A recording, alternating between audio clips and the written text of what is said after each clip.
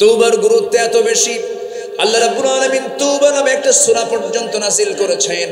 আমার নবীজি বলেন, তুবু ইলাল্লাহ ফাইন্নী আতুবু ইলাই ফাইন্নী আতুবু ফিল ইয়াউমি মিয়াত মাররাহ। ও আমার সাহাবীরা, তোমরা তওবা করো, আল্লাহর কাছে আমি রাসূল নিজে সারা দিনে 100 বারেরও বেশি বার তওবা করি। জোরে বলি সুবহানাল্লাহ। আমার রাসূলকে আল্লাহ পাক ইস্তিগফার করতে বলেছেন।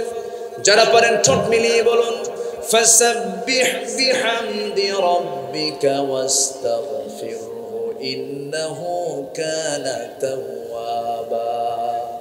আমরা কার কাছে মাফ চাবো বলেন? আল্লাহর কাছে মাফ চাবো। বান্দা যখন আল্লাহর দিকে এক হাত আগায়, আল্লাহ তার দিকে 10 হাত আগান। ওমান তাকাররাবা ইলাইয়া শিবরান তাকাররাবতু ইলাইহি যিরাআন ওমান তাকাররাবা ইলাইয়া যিরাআন তাকাররাবতু ইলাইহি বাআন ওয়া ইযা আকবালা ইলাইয়া ইয়ামশি আকবালতু ইলাইহি ওয়া হারফিলু মুত্তাফাকুন আলাইহি। যে ব্যক্তি আমার দিকে হেঁটে হেঁটে আসে, আমি তার দিকে দৌড়ায় দৌড়ায় যাই। যে আমার দিকে 1 হাত আগায়, আমি তার দিকে 10 হাত আগাই। জোরে বলি সুবহানাল্লাহ। মাফ করার জন্য কে আছেন? আমি গুনাহ করব, মাফ করবেন কে? আমি তওবা করব, মাফ করবেন কে? আল্লাহ মাফ করে দিবেন। এই জন্য মাফের সবচাইতে বড় উত্তম জায়গা হলো আজান শোনার সঙ্গে সঙ্গে কোথায় যাওয়া? আসতে বলবেন না, কোথায় যাওয়া? মসজিদে যাওয়া। কয় ওয়াক্ত নামাজ? আল্লাহ আমাকে ডাকবেন দিনে, ডাকেন দিনে কয়বার বলেন? 5 বার। একটি স্পেশাল সময়, সেটা কোনটা বলেন? তাহাজ্জুদ। মোট কয়বার হলো? 6 বার হলো। এই 6টার সময় আমরা একটু আল্লাহর ডাকে সাড়া দেব। আল্লাহকে খুশি করার জন্য স্পেশালি সেজদা দিয়ে দেব। আপনার গুনাহ যত বড়ই হোক না কেন, বান্দা যখন ওযু বানায়, ওযুর সঙ্গে সঙ্গে তার অঙ্গ প্রত্যঙ্গের সগীরা গুনাহগুলো মাফ হয়ে যায়। হাত মাফ হয়ে যায়, মুখমণ্ডলের সগীরা গুনাহগুলো মাফ হয়ে যায়। 2 পা যখন ধৌত করে, 2 পায়ের সগীরা গুনাহগুলো মাফ হয়ে যায়। বান্দা যখন নামাজে দাঁড়ায়, আল্লাহ বান্দার সামনে দাঁড়ায়া যান। বান্দা যখন সূরা ফাতিহার আলহামদুলিল্লাহি রাব্বিল আলামিন বলে, আল্লাহ বলেন হামিদানি আবদি। আর রহমানির রহিম যখন বলে, আসনা আলাইয়া আবদি। মালিকি ইয়াউমিদ্দিন যখন বলে, আল্লাহ বলেন মাজ্জাদানি আবদি। ইয়্যাকা না'বুদু ওয়া ইয়্যাকা নাস্তাঈন পর্যন্ত যখন বান্দা বলে, হাদা বাইনি ওয়া বাইনা আবদি ইহদিনাস সিরাতাল মুস্তাকিম থেকে শুরু করে ওয়ালাদ-দাল্লিন পর্যন্ত যখন বান্দা বলে, আল্লাহ বলেন বান্দারে এতক্ষণ ধরে তুই আমার কাছে যা যা চাইলি, সমস্ত চাওয়াকে পাওয়া করে তোর তামাম জিন্দেগীর সমস্ত গুনাহগুলোকে মাফ করে দিলাম। আমরা নামাজ পড়ব কয় ওয়াক্ত? আসতে বলো না, কয় ওয়াক্ত বলেন? আমার নেতা হতে হবে বেনামাজি না নামাজি? বেনামাজি না নামাজি? আমরা এই বিষয়টা খেয়াল করব, কারণ ইয়াউমা নাদউ কুল্লা উনাসিম বিইমামিহিম, কিয়ামতের দিন আল্লাহ রাব্বুল আলামিন প্রত্যেক ব্যক্তিকে হাজির করবেন তার নেতা সহ। নেতা যদি বেনামাজি হয়, কর্মী যদি নামাজি হয়, মানান না বেমানান? বলেন, মানান না বেমানান? বেমানান হয়ে যাবে, এমন নেতা আমরা বানাবো না। নাম্বার 4 হলো আল্লাহর সামনে দাঁড়ানোর ভয়। সকল হারামকে আমরা বর্জন করব। আল্লাহর সামনে আমাকে দাঁড়াতে হবে, এই জন্য সকল হারামকে বর্জন করে পবিত্র জীবন গঠন করব। আখিরাতের নাজাত প্রাপ্তির জন্য আমরা এই প্ল্যানে আমরা সামনের দিকে চলব। রাসূলের আদর্শ আমরা এটাই খুঁজে পাই। আল্লাহ রাব্বুল আলামিন সুন্দর করে বলছেন, ওয়া আম্মা মান খাফা মাকামা রাব্বিহি ওয়া নাহান নাফসা আনিল হাওয়া ফাইন্নাল জান্নাতা হিয়াল মাওয়া। জোরে বলুন আল্লাহু আকবার। ভিতরে তাকওয়া আনতে হবে, নিজের ভিতরে আল্লাহর ভয় আনতে হবে। ছোট্ট একটা ঘটনা মনে পড়ে গেল, সাইয়েদনা ওমর ফারুকের কথা। ওমর ফারুককে সবাই চিনেন তো? কয় নাম্বার খলিফা বলেন? বলেন, জোরে বলেন, কয় নাম্বার খলিফা? বহুদিন আগে এক মাহফিলে বলেছিলাম, ওমর ফারুককে চিনেন কে? 500 থেকে এক ছেলে দাঁড়ায় বলে, হুজুর আমি চিনি। কে? আমাদের বাড়ির দোতলায় ভাড়া থাকে। তো বললাম, তুমি তো 100তে 100 পাইছো, তোমার বুদ্ধি যা উত্তরও তাই। কিন্তু এই ওমর তো সেই ওমর না। এই ওমর হচ্ছেন সেই ওমর যে ওমরের নিকট একজন মুসলিম তার কাছে দুধ হাদিয়া নিয়ে চলে আসছে। দুধ 1 গ্লাস দুধ নিয়ে বলতেছে, হুজুর আমিরুল মুমিনিন, আপনার জন্য আমি সুন্দর করে দুধটা ঘন করে, পাবনার কি খাওয়া যায় বলেন তো? পাবনার ঘি না, পায়েস আছে না? পায়েস খুব লোভনীয়, তো এটাকে খুব ঘন করা হয়। 1 মণ দুধে কি 1 কেজি চাল কতটুকু হয় এটা জানো? 2-3 কেজি এরকম হয়তো পরিমাণ হয়। এত বড় টেস্ট, এত মজা, কিন্তু আজকে কিন্তু খাই নাই। আজকে কিন্তু মিস হয়েছে, কালকে যেন এটা মিস না হয় কোনো মেহমান। পাবনায় আসলে পায়েস খাওয়া হবে না, এটা তো খুব অপূর্ণতা থেকে যায়। আলহামদুলিল্লাহ বলেন, জোরে বলি আলহামদুলিল্লাহ। তো সাইয়েদনা ওমর ফারুক রাদিয়াল্লাহু তাআলা আনহু বসে আছেন, একজন দুধ ঘন করে 1 গ্লাস দুধ তার কাছে নিয়ে এসে বলছে, আপনার জন্য চমৎকার খাবার নিয়ে আসছি, আপনি এটা খাবেন। তিনি প্রশ্ন করলেন না, পেলেন তো খুব মজার জিনিস পাইছেন, খেয়ে ফেলছেন। খাওয়ার পরপরই প্রশ্ন করছেন, এই তুমি যে আমার জন্য হাদিয়া আনছো, এটা কি তোমার বাড়ির গরুর দুধ নাকি? তোমার কি গৃহপালিত কোনো পশুর দুধ তুমি নিয়ে আসছো, উটের দুধ নিয়ে আসছো, না কি নিয়ে আসছো বলো? কে না, এটা আমি রাষ্ট্রের পক্ষ থেকে গরিবদের জন্য যেটা বরাদ্দ হয় সেটা পেয়েছি। এরপর যেহেতু আমি পাইছি, এটা আমি আপনাকে হাদিয়া দিলাম, আপনার জন্য তো জায়েজ। দেখছেন ফতুয়া মারতেছে। কিন্তু ওমর ফারুক বললেন, ঠিক আছে তুমি যাও। সাইয়েদনা ওমর ফারুকের চোখ অশ্রু সজল হয়ে গেল, চোখে পানি চলে আসছে। কাঁদতে কাঁদতে তিনি মনে মনে ভাবতেছেন, যদি আমি মারা যাই, আল্লাহ যদি আমাকে প্রশ্ন করেন, সরকারের জিনিস বাইতুল মালের খাবার তোমার পেটে কেন, কেমন করে জবাব দেব? সেই জন্য করলেন কি, বেশি পরিমাণ পানি পেটের মধ্যে ঢুকায় নিলেন। এরপরে নখ 5টা একসঙ্গে গলার মধ্যে ঢুকায় দিয়ে জোরপূর্বক সমস্ত খাবারগুলো পেট থেকে বের করে দিলে। আমার ভাইয়েরা, সাইয়েদনা ওমর ফারুক রাদিয়াল্লাহু তাআলা আনহু রাষ্ট্রের মধু নিয়ে এসেছেন। 4 ভাগ করবেন, 5 ভাগ করবেন, 1 ভাগ তিনি নেবেন আর 4 ভাগ প্রতিবেশী নেবেন। স্ত্রীর কাছে এসে বলছেন, স্ত্রী শোনো, এই যে 1 বোতল মধু আনছি, রাষ্ট্রের মধু ভাগাভাগি করে নিতে হবে, সমান ভাগে 5টা ভাগ করো। 1 অংশ আমাদের আর 4 অংশ হলো প্রতিবেশীর। এই কথা বলে তিনি মধুর বোতলটা তিনি হ্যান্ড ওভার করলেন স্ত্রীর কাছে। বলছেন, স্ত্রী তুমি এটাকে ভাগ করো।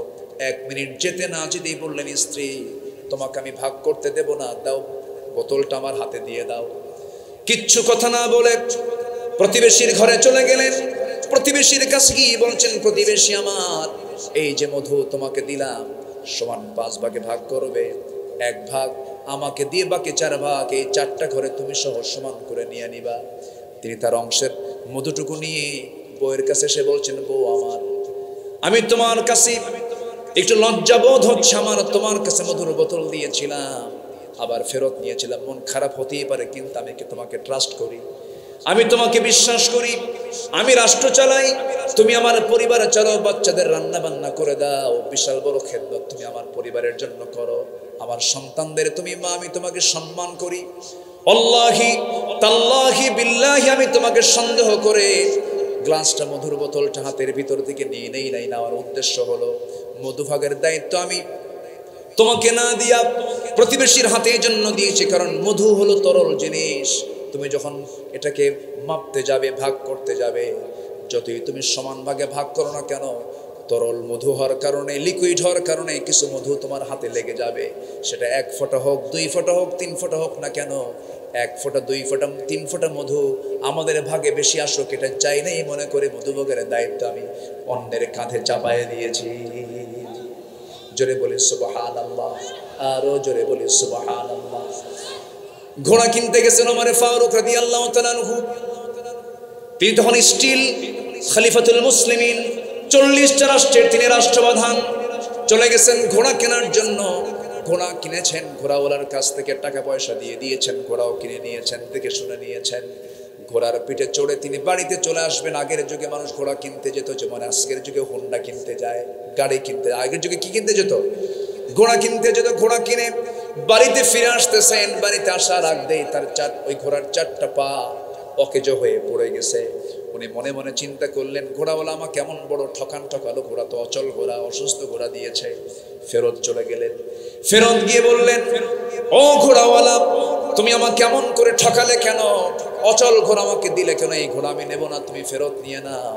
ঘোড়াওয়ালা বলছে, আমিরুল মুমিনিন, আমার জানা মতে আমি আপনাকে অচল ঘোড়া দেই নাই, আপনার কাছে চলে যাওয়ার পর ঘোড়া অচল হয়ে গেছে, অসুস্থ হয়ে পড়েছে। ওমর ফারুক ধমক দিয়ে বলছেন, তুমি কি এই আচরণটা আমার সঙ্গে করতে পারলে? কেমন করে? এই ঘোড়া আমি নেব না, তুমি ফেরত নিয়ে নাও। ঘোড়াওয়ালা মুস্কি হাসি মেরে বলছে, আমিরুল মুমিনিন, আমার কথাও ঠিক নাই, আপনার কথাও ঠিক নাই। আমি যতই তর্ক করবো, আপনি যতই তর্ক করবেন, এখানে কোনো ফয়সালা আসবে না। চলুন, এই ঘোড়াটা ফেরত নেব কি ফেরত নেব না, এটার ফয়সালা আদালত করবে, কোর্ট করবে। একজন সামান্য ঘোড়াওয়ালা শাসকের ব্যাপারে এমন বড় কথা বলতেছে। সেই দেশের বিচার, সেই দেশের আইনটা কত স্বাধীন ছিল, এর একমাত্র কারণ ছিল ওমর সমাজে চালু করেছিলেন কিসের বিধান। সাইয়েদনা ওমর ফারুক রাদিয়াল্লাহু তাআলা আনহু কিচ্ছু বললেন না। ঠিক আছে ঘোড়াওয়ালা, তুমি যেহেতু বিচার চাচ্ছ, আদালতে যেতে চাও, আমি আদালতে চলে যাব।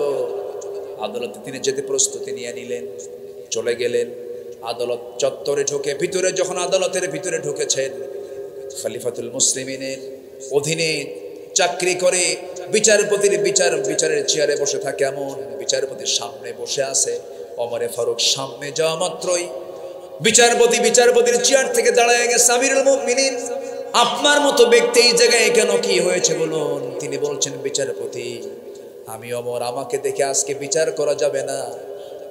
ইন্নাল্লাহা ইয়া'মুরু বিল আদল, ইন্নাল্লাহা ইয়া'মুরুকুম বিল আদল। আদলটাকে ঠিক রেখে বিচার করবে। ঘোড়াওয়ালার কথাও শোনো, আমার কথাও শোনো, সঠিক রায় যেটা হবে সেই রায়টাই তুমি দিয়ে দিবা। যখন বাদীর কথা শোনা হলো, ঘোড়াওয়ালার কথা শোনা হলো, ওমর ফারুকের কথাও শোনা হলো, দুজন কথাই তিনি শুনলেন। শোনার পর আস্তে করে ওই আদালতের চেয়ার থেকে বলতেছেন, আদালতের সেই বিচারপতি কাজী শুরাইহ ইবনুল হারিস আল কিন্দি রাহমাতুল্লাহ আলাইহি, তিনি বলছেন, আমিরুল মুমিনিন, আপনি আমারও খলিফা, আপনি ঘোড়াওয়ালারও খলিফা, আপনি অর্ধজাহানের খলিফা। কিন্তু আজকে দুই পক্ষের কথা শুনে আমি এতটুকু নিশ্চিত হলাম, এই ঘোড়াটা কখনো আপনি ঘোড়াওয়ালাকে ফেরত দিতে পারবেন না, কারণ এই ঘোড়াওয়ালাকে ফেরত দিলে সে ক্ষতিগ্রস্ত হয়ে যাবে। আপনি ওমর সামনে আছেন আমার, আপনি এই জায়গা থেকে সুস্থ অবস্থায় বাড়িতে ফিরবেন, তার যেমন গ্যারান্টি নাই। একটা প্রাণী সুস্থ থেকে অসুস্থ হবে কখন কেউ তো বলতে পারে না। যেহেতু মালিকানা শেষ হয়ে গেছে, কেনা বেচা সম্পূর্ণ কমপ্লিট হয়ে যাওয়ার পর, আপনার মালিকানা যাওয়ার পর ঘোড়াটা অসুস্থ হয়ে পড়েছে, এই ঘোড়া ফেরত দেওয়ার কোনো সুযোগ নাই। ওমর ফারুক আস্তে করে সেই জায়গা থেকে চলে গেলেন বাড়িতে। পরের দিন তিনি মাজলিসে শুরার বৈঠকে বসেছেন, সমস্ত লোকজনদেরকে নিয়ে বসে পরামর্শের বৈঠকে বলছেন, শোনো, অমুক আদালতে একজন বিচারপতি আছে, খুব সাহস, তার আমার বিরুদ্ধে রায় দিয়েছে। এই আমার বিরুদ্ধে রায় দেওয়ার কারণে, তার সাহসিকতার কারণে তার পদোন্নতি আমি ওমর দিতে বাধ্য হলাম। সুবহানাল্লাহ। আমার বন্ধুগণ, আমার ভাইয়েরা, এটাই হচ্ছে আল্লাহর সামনে কিন্তু দাঁড়াতে হবে, আল্লাহর সামনে জবাবদিহিতার কাঠগড়ায় দাঁড়িয়ে জবাব দিতে হবে। এই অনুভূতি কারো মধ্যে যদি থেকে যায়, সে বান্দার আদর্শ এমনই হতে পারে, এমনই হবে, এটাই স্বাভাবিক। নাম্বার 5 হলো, নবীর আদর্শের মধ্যে আমানতদারিতা ছিল, বিশ্বস্ততা ছিল। কি আমানতদার তিনি ছিলেন, কি পরিমাণ তার মধ্যে আমানত কাজ করতো, আমানত রক্ষার ব্যাপারে খুব তিনি সজাগ ছিলেন।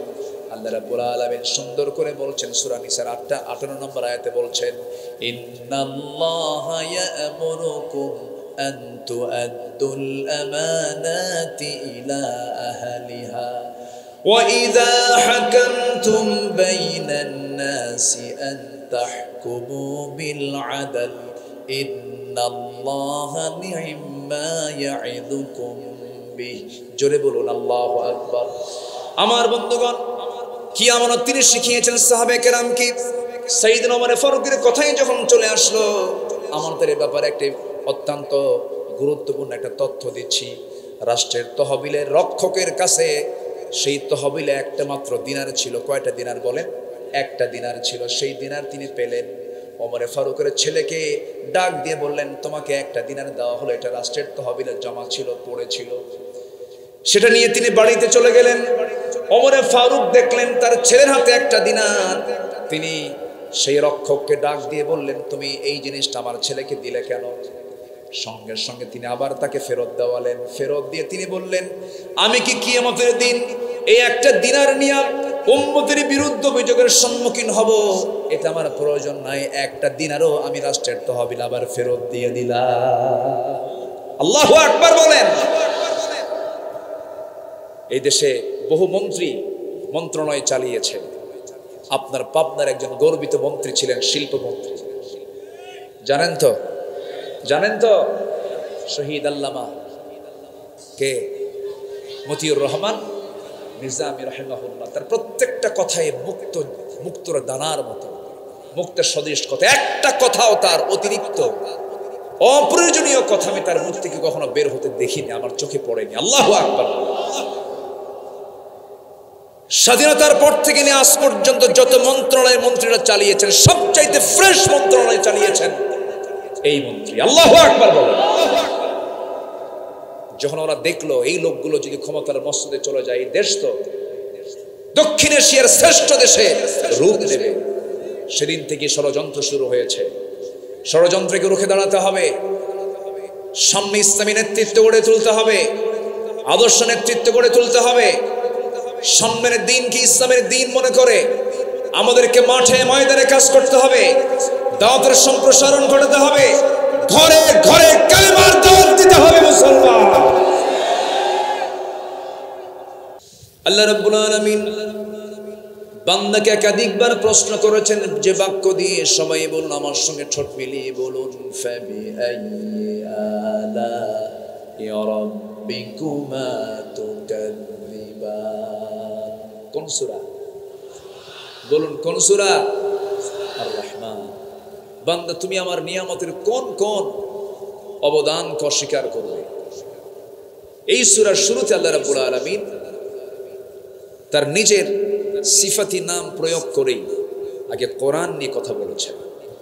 আল্লাহ রাব্বুল আলামিন বলেন, আর রহমানু আল্লামাল কুরআনা খালাকাল ইনসানা আল্লামাহুল বায়ান আশ-শামসু ওয়াল কামারু বিহুসবানিন ওয়ান নাজমু ওয়াশ-শাজারু ইয়াসজুদান والسماء رفعها ووضع الميزان। জোরে বলুন আল্লাহু আকবার। সূরা ইয়াসিনে চলে যান। আল্লাহ রাব্বুল আলামিন কোরআন সম্পর্কে আগে বক্তৃতা দিয়েছেন। আগে আল্লাহ রাব্বুল আলামিন এই কিতাবের আগে পরিচয় দিয়েছেন, ইয়াসিন ওয়াল কুরআনিল হাকীম ইন্নাকা লামিনাল মুরসালিনা আলা সিরাতিম মুস্তাকিম। একেবারে শুরুতে চলে যান। আল্লাহ রাব্বুল আলামিন কিতাব সম্পর্কে আগে ধারণা দিয়েছেন, এরপরে তিনি তার হুকুমগুলো দিয়েছেন। যারা পারেন সুন্দর করে ঠোঁট মিলায় বলুন, আকাশ বাতাস মুখরিত করে সবে আওয়াজ দিয়ে বলুন, যালিকাল কিতাবু লা রাইবা ফীহি হুদাল লিল মুত্তাকিন। জোরে বলুন আল্লাহু আকবার। এরকম করে 114টি সূরার অনেকগুলো সূরার শুরুতে আল্লাহ রাব্বুল আলামিন এই কিতাবের বিভিন্ন ধারণা দিয়ে তারপরে বক্তব্যের দিকে চলে গিয়েছেন, বিভিন্ন হুকুমের দিকে চলে গিয়েছেন। সম্মানিত ভাইয়েরা, এই কিতাবকে যদি কেউ শুধু ধর্মের কিতাব মনে করে, সম্পূর্ণ ভুল ধারণা। এই কিতাবকে শুধুমাত্র যদি নামাজের কিতাব মনে করে, সম্পূর্ণ ভুল ধারণা। একটা কথা আমাদের কানে কয়েকদিন হলো বাজতেছে, গুরুত্বপূর্ণ একটা প্ল্যাটফর্ম থেকে একজন ব্যক্তি বলেছেন, কোরআন আর রাজনীতি আলাদা। বলেছেন কিনা বলেন? বলেছেন। ফতুয়া দেবে ফতুয়া বোর্ড, ফতুয়া দেবে যারা মুফতি, একটা বোর্ড গঠন করে তারা ফতুয়া দিবে। যিনি ইসলাম বুঝেন না, যিনি দিন বুঝেন না, তার মুখ থেকে তো এমন জাতীয় কথা বের হওয়া অপ্রত্যাশিত। আসতে বলবেন না, জোরে বলুন ঠিক কিনা। যদি কেউ বলে কোরআনের সাথে রাজনীতির কোনো সম্পর্ক নেই, তাহলে কোরআনকে অপূর্ণাঙ্গ মনে করা হলো না পূর্ণাঙ্গ মনে করা হলো? অপূর্ণাঙ্গ। কোরআন কি অপূর্ণাঙ্গ কোনো কিতাব? পূর্ণাঙ্গ একটি কিতাব। আল ইসলাম ওয়াস সুলতান ইখওয়ানি তাওয়ামান। ইসলাম এবং রাষ্ট্র যমজ দুটি সন্তানের মতো। যদি ইসলাম থেকে রাষ্ট্রকে, রাষ্ট্র থেকে ইসলামকে যদি পৃথক করা হয়, জুদা হো দিন সিয়াসত সে তু রহ জতি হে চেঙ্গেজি, সেই জায়গায় বিরাজ করে হলো চেঙ্গিস খানের স্বৈরাচারী দুঃশাসন, যা 16 বছর আমরা হাড়ে হাড়ে টের পেয়েছি। আবারও একই পদধ্বনি যদি আমাদের কানে আসে, এটা তো চিন্তার কারণ। আমরা 25 বছর দেখেছি, কেউ 25 বছর চালিয়েছেন, কেউ 16 বছরে দেশ চালিয়েছেন, কেউ 9 বছর দেশ চালিয়েছেন, মাঝখান দিয়া কেয়ারটেকার গভর্নমেন্টটা চালিয়েছেন কয়েক বছর। সব দেখা শেষ। আগামীর দেশ আমরা দেখতে চাই কোরআনের দেশ, ইসলামের দেশ। রাজি আছেন কারা কারা? হাত উঁচু করে দেখান মুসলমান।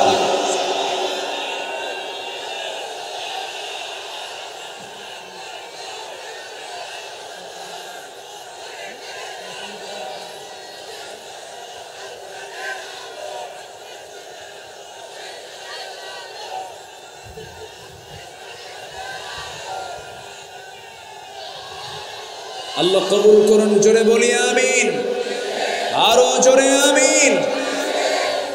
যুগে যুগে যুগে যুগে যারাই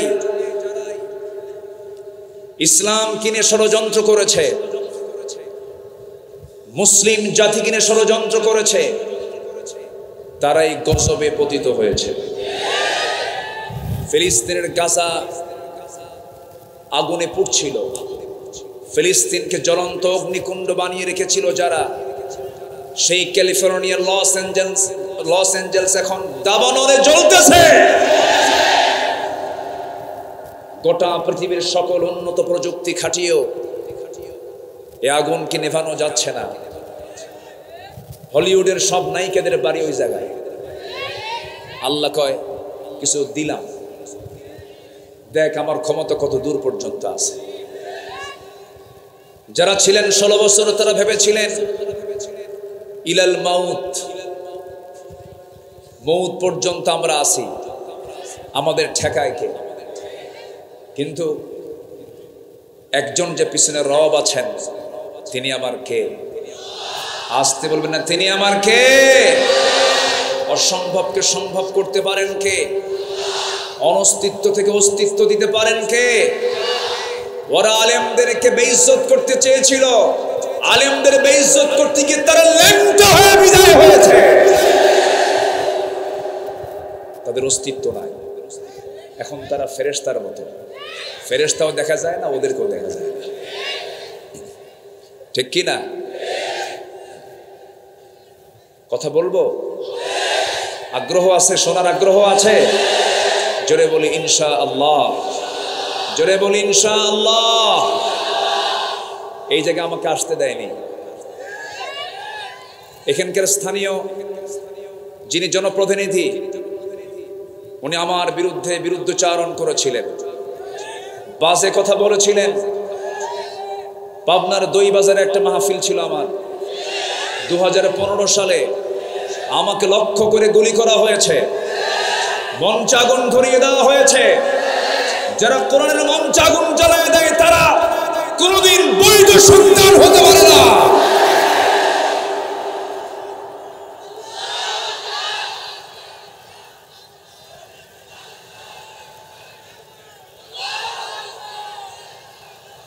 থামুন সম্মানিত ভাইয়েরা, সেই মামলায় আমি জেলও খেটেছি।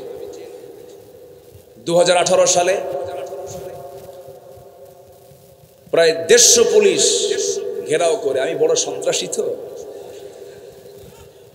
ধরে আমারে নিয়ে গেল থানায়। ওসি আমারে দেখে কান্দে।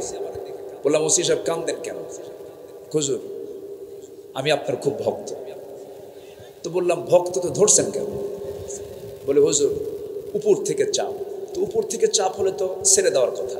কোন উপরে? হুজুর সেই উপরে না, দুনিয়ার উপরে। মানে ইলাহা ওদের কাছে দুইটা, একটা হচ্ছে আকাশের মালিক, আর যারা দুনিয়া চালায় ওর একটা মালিক। তা আমি বললাম, আপনি আমাকে ধরলেন, হুজুর কি করবেন? চাকরি বাঁচান তো ফরজ। আমি বললাম, ইমান বাঁচান তো নফল। মামলা আরো যোগ কইরা দিল পাঠায়া, হুজুর জেলখানায় যান, থাকেন। তো দুনিয়া তো জেলখানা, আর দুনিয়া সিজনুল মুমিন ওয়া জান্নাতুল লিল কাফির। বড় জেলখানা থেকে ছোট জেলখানায় ঢুকলো। দুনিয়াটা একটা জেলখানা না, বড়, আর মানুষের তৈরি করে জেলখানাটা ছোট। ঢুকলাম ভিতরে, কোন আলেম ওলামা জেলখানায় ঢুকতে নিয়ে কাঁদে নাই, সব হেসেছে। ঠিক কিনা বলেন? মনের তৃপ্তি আছে না নাই বলেন তো? আমি তো চুরি করি নাই, আমি কাঁদবো কেন?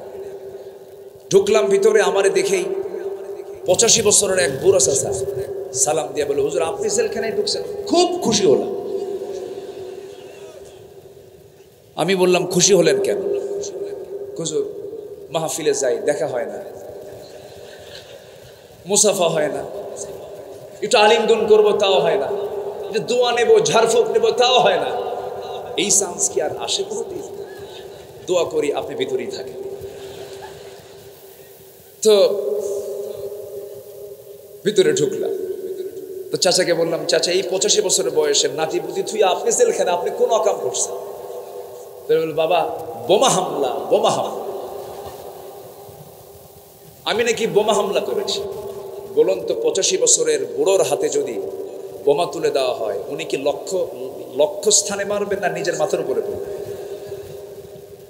এই ছিল 16 বছর। সম্মানিত বন্ধুগণ, আল্লামা সাঈদীর কথা কে না জানেন? আমার ডান পাশে যিনি বসে আছেন কেঁদেই ফেলেছেন। 2009 সালে আমার জীবনের প্রথম হজের সফর। ওই বছরে আল্লামা সাঈদী রাহিমাহুল্লাহ রয়্যাল গেস্ট হয়ে উনি তার জীবনের শেষ হজটা করেছেন 2009 সালে। 2010-এর 10 ফেব্রুয়ারি এবং 11 ফেব্রুয়ারি এখানে তিনি মাহফিলও করেছেন, লাস্ট মাহফিল তার।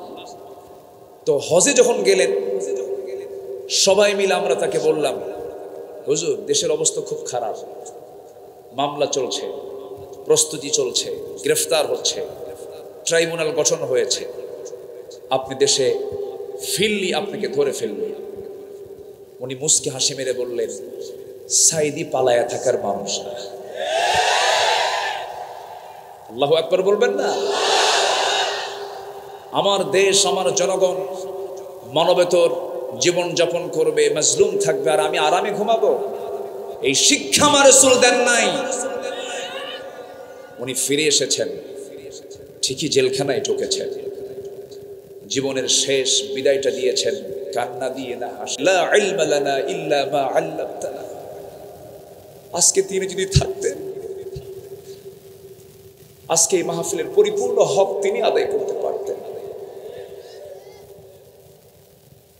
যার মাহফিলে প্রথম দিন যত লোক হয়, দ্বিতীয় দিন আরো বেশি লোক হয়, তৃতীয় দিন আরো বেশি লোক হয়, চতুর্থ দিন আরো বেশি লোক হয়। কি এক বক্তৃতার জাদুঘর তিনি ছিলেন।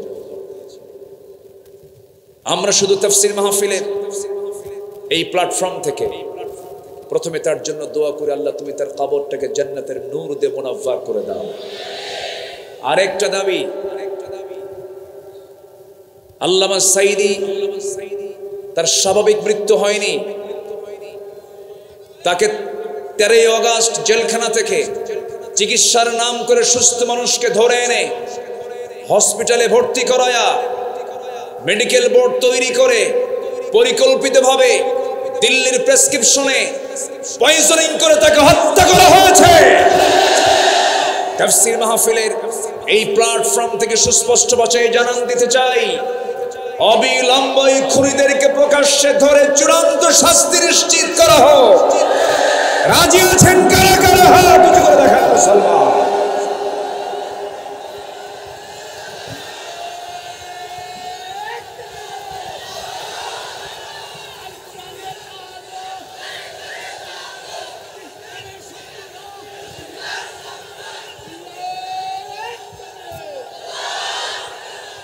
আল্লাহ কবুল করুন, জোরে বলে আমিন। পূর্ব আকাশে সূর্য উদয় যেমন সত্য, আমার বিশ্বাস এই সবুজ ভূখণ্ড 55,000 বর্গ মাইলের এই সোনার বাংলাদেশে ইসলামী হুকুমত কায়েম হওয়া তেমনই সত্য, কারণ শহীদের রক্ত এই জমিনে ঝরেছে। এটা হচ্ছে তার বড় ইতিবাচক দিক। এদেশের মানুষ শহীদ হওয়া শিখেছে, শহীদ হতে প্রস্তুত। এমন একটি উর্বর জমিন এখন বাংলার জমিন। আলহামদুলিল্লাহ বল, জোরে বলি আলহামদুলিল্লাহ। সম্মানিত ভাইয়েরা, অনেক কথাই তো আছে, এক রাতেই তো আমাকে শেষ করতে হচ্ছে। আসুন না আমরা সেই আলোচনার ধারার দিকে আস্তে আস্তে চলে যাই। কষ্ট হচ্ছে না তো আপনাদের? সম্মানিত হাজিরিন,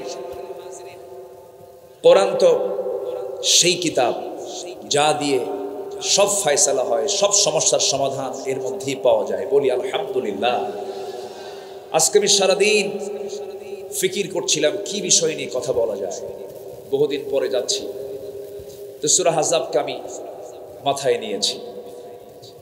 সম্মানিত ভাইয়েরা, এটা এমন একটা কিতাব, আমি কাতার থেকে বছর দুয়েক আগে দোহা টু ঢাকা বিমানে চড়লাম, বিমানে উঠলাম। ৩৬,০০০ ফিট উপরে তখন বিমান। নিচের দিকে তাকায় দেখি জমিন তো দেখা যায় না, সূর্যের কিরণে কিছু মেঘ, বিশাল মেঘের স্তূপ, মাইলকে মাইল, চোখ আর পাচ্ছে না, এত দূর পর্যন্ত মেঘের এই মেঘখণ্ডমালাগুলো, মেঘমালাগুলো ঝুলে আছে সূর্যের নিচে। তা আমি ভাবলাম যে এগুলো কেমন করে থাকে, এর কি ওজন আছে নাকি? আমার এই ধারণা ছিল না যেটা রিয়ালি ওজন আছে কিনা। একটু সার্চ দিয়ে দেখলাম না, কিউমুলিনুম্বাস নামক কিছু মেঘমালা আছে যাদের ওজন 10 লক্ষ টন পর্যন্ত। তো ভাবলাম, আল্লাহ তুমি কি তোমার কালামে এই কথাগুলো বলেছ? আমি একটু চিন্তা করলাম, সূরা রাদের দিকে চলে গেলাম। রাদ মানে হলো বজ্রপাত। আল্লাহ রাব্বুল আলামিন এই সূরার 12 নম্বর আয়াতে বলছেন, হুয়াল্লাযী ইউরিকুমুল বারকা খাওফান ওয়া তামআন ওয়া ইউনশিস সাহাবাস সিকাল। জোরে বলুন আল্লাহু আকবার। তিনি বলছেন, তিনি সেই মহান রব যিনি আকাশে মেঘমালাকে ঝুলিয়ে রেখেছেন, যে মেঘমালাগুলো ওজনওয়ালা মেঘমালা। আল্লাহ রাব্বুল আলামিন কোন মেঘমালাকে কখনো জমিনে ফেলে দিয়েছেন নাকি? ফেলে দেন নাই। যদি মাঝে মাঝে মেঘমালাগুলো যদি খণ্ড হয়ে যদি ভেঙে পড়তো, মানুষ কি বিল্ডিং বানাতো নাকি? মাঝে মাঝে বিশাল বড় দুর্ঘটনা ঘটে যেত। তাহলে এখন বলুন, কোরআন শুধু যদি ধর্মীয় কিতাব হতো, নভমণ্ডল নিয়ে, মেঘমালা নিয়ে, আবহাওয়া বিজ্ঞান নিয়ে, মেটেরোলজিক্যাল সায়েন্স নিয়ে কোরআন কেমনে কথা বলে? কোরআন তো শুধু সাধারণ ধর্মীয় কোনো কিতাব নয়। আমার বন্ধুগণ, একটু মনোযোগ দিই, একটা তথ্য দিই, মূল আলোচনার দিকে আস্তে আস্তে চলে যাব। আমার বন্ধুগণ, আমরা যে স্থলভাগে বসবাস করি, স্থলভাগ বেশি না জলভাগ বেশি? স্থলভাগ না জলভাগ? জলভাগটাই বেশি। আমরা মানে ভূখণ্ডে আমরা আর কতটুকুই থাকি। সবচেয়ে বেশি প্রাণীর বিচরণ হলো সাগরে, সমুদ্রে। একটা হিমালয় সমুদ্রে একদম ইজিলি ঢুকে যাবে, ডুবে যাবে। একটা হিমালয় প্রশান্তে ডুবে যাবে। আল্লাহু আকবার।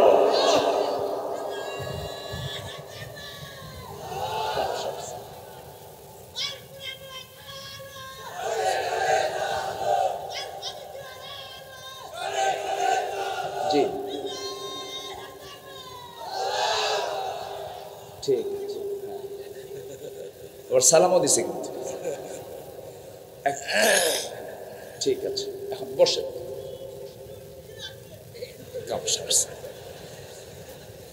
হেমায়তপুর তো কাছেই, তাই না? আচ্ছা ঠিক আছে, জি একটু, হ্যাঁ হ্যাঁ ঠিক আছে, ওকে একটু পাঠায় দেন। আমার সাথে এদের খুব মিল আছে, বুঝলেন? সেদিন এক মাহফিলে এরকম এক অটিস্টিক প্রতিবন্ধী সোজা কেমনে যে টের পাইছে, কেউ দেখতো, মানে কেউ দেখেও নাই। এক প্রতিবন্ধী এসে একদম সোজা মঞ্চে এসে চেয়ারে বসে। দেখেন না আপনারা? দেখেন নাই? সবাই দেখেন। হ্যাঁ, বসে গেছে। তো যাই হোক, এই প্রতিবন্ধী যারা, তাদেরকে কখনো ধমক দিবেন না, কখনো না। বিশেষ করে প্রতিবন্ধীর বাবা যারা, এই অটিস্টিক, এদের যারা বাবা মা, অনেক সময় ধৈর্যের চ্যুতি ঘটে, ধৈর্যচ্যুতি হয়ে যায়। কখনো না। আল্লাহর মাখলুক, আল্লাহর সৃষ্টি, আপনার জন্য পরীক্ষা, কখনো অসম্মান করা যাবে। সম্মানিত ভাইয়েরা, তাহলে স্থলভাগ বেশি না জলভাগ বেশি? শুধু বেশি না অনেক বেশি? অনেক বেশি। আল্লাহ রাব্বুল আলামিন সমুদ্র বিজ্ঞান নিয়ে কথা বলেছেন, সমুদ্র জগৎ নিয়ে কথা বলেছেন। সূরা নূরের 40 নম্বর আয়াতে মহান রব্বুল আলামিন কাফিরদের দৃষ্টান্ত উপমা দিতে গিয়ে তিনি বলছেন, আও কাযুলুমাতিন ফি বাহরিল লুজ্জি ইয়াগশাহু মাওজুম মিন ফাওকিহি মাওজুম মিন ফাওকিহি সাহাব। জোরে বলুন আল্লাহু আকবার।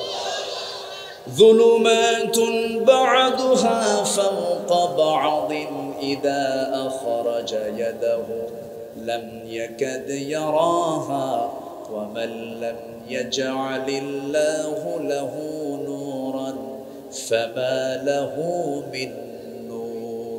জোরে বলুন আল্লাহু আকবার। আল্লাহ রাব্বুল আলামিন যারা কাফির, যারা অবিশ্বাসী, তাদের এক্সাম্পল দিতে গিয়ে, উপমা দিতে গিয়ে বললেন, কাফিরদের উপমা এমন যেমন এক বিশাল গভীর সমুদ্রের তলের অন্ধকার, উপরে একটি তরঙ্গ চেয়ে আছে, তার উপর আরেকটা তরঙ্গ, এবং এর উপরে ঘন কালো মেঘমালা, অন্ধকারের উপর অন্ধকার চেয়ে আছে। এমনকি কেউ যদি তার হাত বের করে তবে তার সেটাও আদৌ দেখতে পাবে না, গভীর অন্ধকার। আল্লাহ যাকে আলো দেন, আল্লাহ যাকে আলো দেন না, তার জন্য কোনো আলো নাই। কার কথা? আল্লাহর কথা। কাফিরদের দৃষ্টান্ত দিচ্ছেন শুধু সমুদ্রের, সাধারণ কোন সমুদ্রের, গভীর সমুদ্র নিয়ে নয়, গভীর সমুদ্রের তলদেশকে নিয়ে আল্লাহ রাব্বুল আলামিন কাফিরদের উপমা দিয়েছেন। এখানে তিনটা বিষয়। নাম্বার 1 হলো, আধুনিক বিজ্ঞান অনুযায়ী সমুদ্রের গভীরে প্রতি 15-20 মিটার পর পর রংধনুর রংগুলো স্তরে স্তরে শোষিত হয়ে 200 মিটার গভীরতায় সমস্ত রং নিঃশেষ হয়ে যায়। আর 1000 মিটার গভীরে দুর্ভেদ্য নিবিড় এক অন্ধকার বিরাজ করে। এতটাই অন্ধকার যে কেউ যদি তার হাত বের করে তবে সে হাত আদৌ দেখতে পাবে না। এই জন্য আল্লাহ রাব্বুল আলামিন সুন্দর করে ওই এক্সাম্পলটাই দিয়েছেন, যুলুমাতুম বা'দুহা ফাওকা বা'দিন ইযা আখরাজা ইয়াদাহু লাম ইয়াকাদ ইয়ারাহা। জোরে বলুন আল্লাহু আকবার। কেমন করে নবীর পক্ষে সম্ভব এমন তথ্য দেওয়া? আরেক জায়গায় বলছেন, এরপরই বলছেন, ইয়াগশাহু মাওজুম মিন ফাওকিহি মাওজুন। এর মাঝেও আরেকটা তরঙ্গ আছে, যাকে বিজ্ঞানের ভাষায় বলা হয় ইনার ওয়েভস, যা খালি চোখে দেখা যায় না। কেবলমাত্র পানির লবণাক্ততা এবং ঘনত্বের পার্থক্য পরীক্ষা করেই এর অস্তিত্ব নিরূপণ করা সম্ভব। অথচ এই আশ্চর্য রহস্যময় তথ্য মহান আল্লাহ কোরআনে 1500 বছর আগে বিশ্ববাসীকে জানায়া দিয়েছেন। জোরে বলি সুবহানাল্লাহ। আয়াতের শেষ অংশে আল্লাহ রাব্বুল আলামিন বলছেন, ومن لم يجعل الله له نورا فما له من نور। আল্লাহ যাকে নূর দেন না, সে কখনো নূর, তার জন্য কোনো নূর নাই। আধুনিক সমুদ্র বিজ্ঞান বলছে, সমুদ্রের গভীরতায় বিশেষ কিছু প্রাণী আছে যাদের কোনো দৃষ্টি শক্তি নাই। তারা তাদের ল্যাটারাল লাইন অর্গান ব্যবহার করে ওই পরিবেশে নেভিগেট করে, যা মহান আল্লাহ রাব্বুল আলামিনের এক অশেষ নিদর্শন।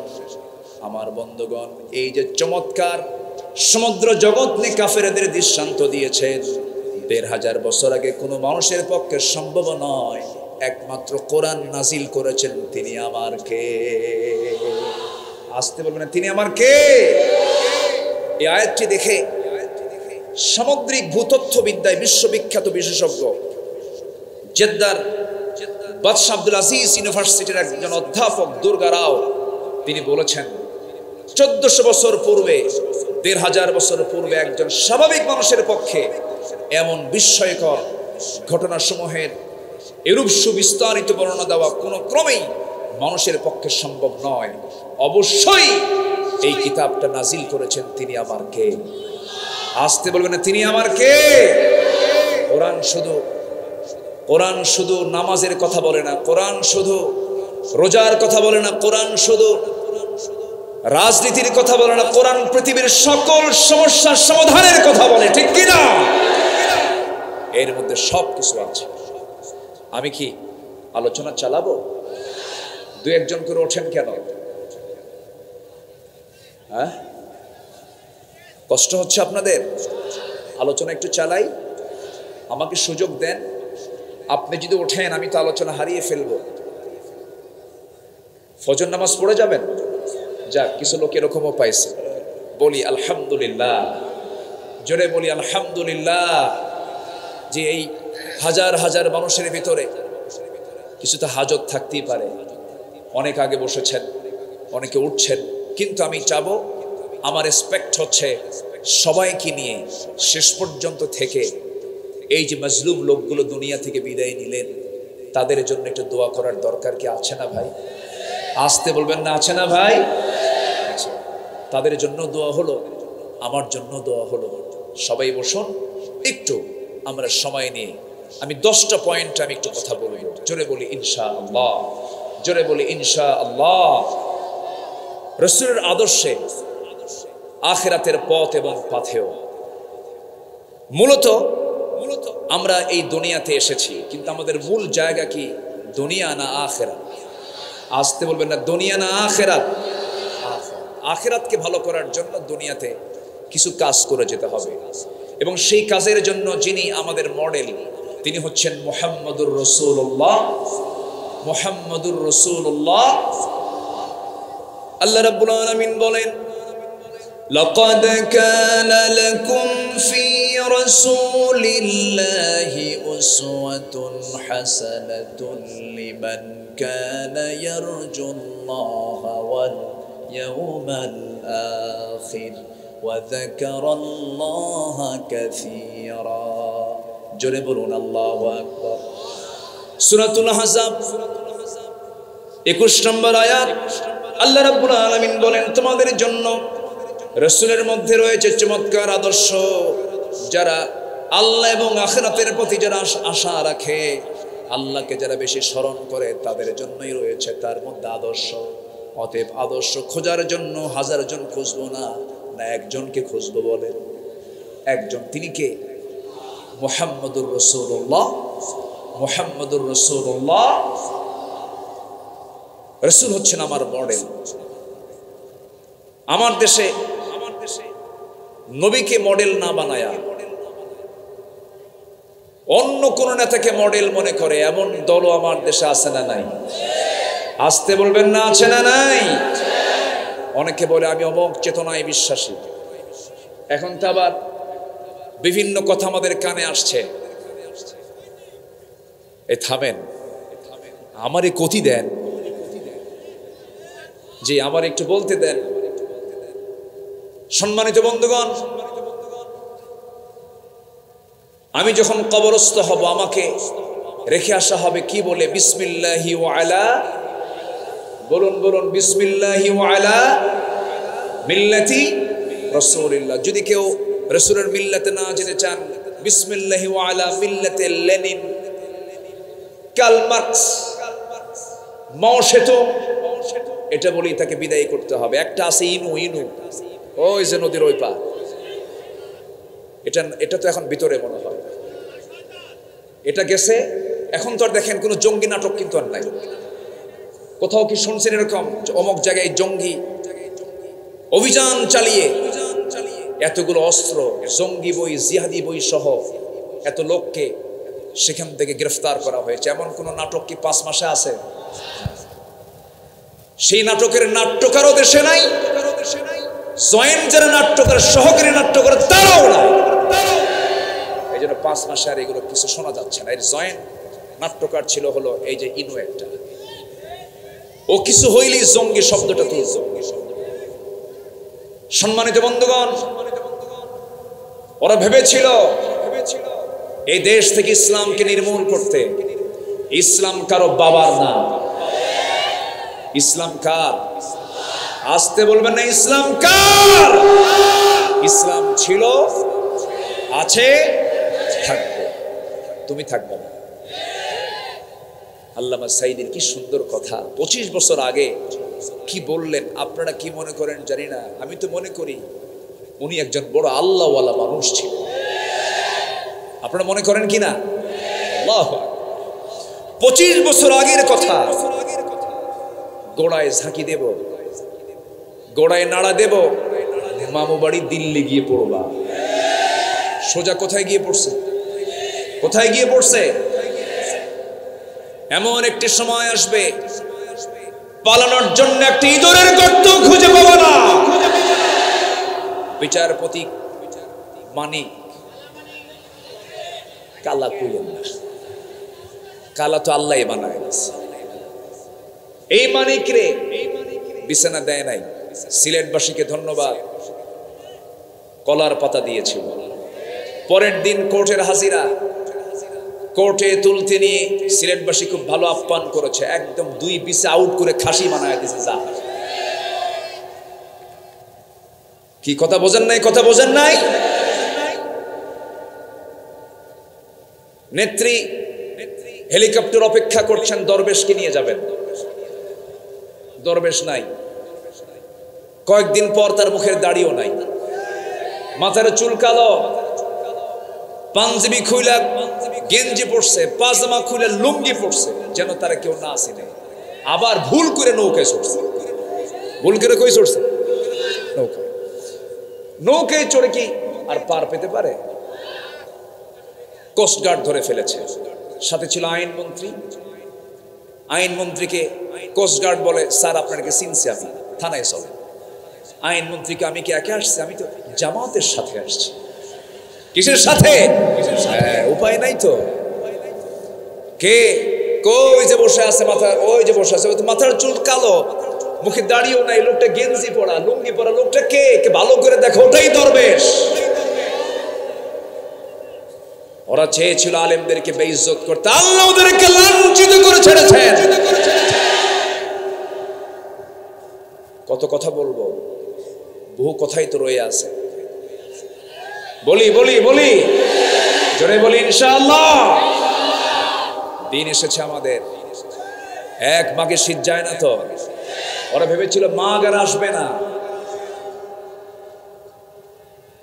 সম্মানিত বন্ধুগণ,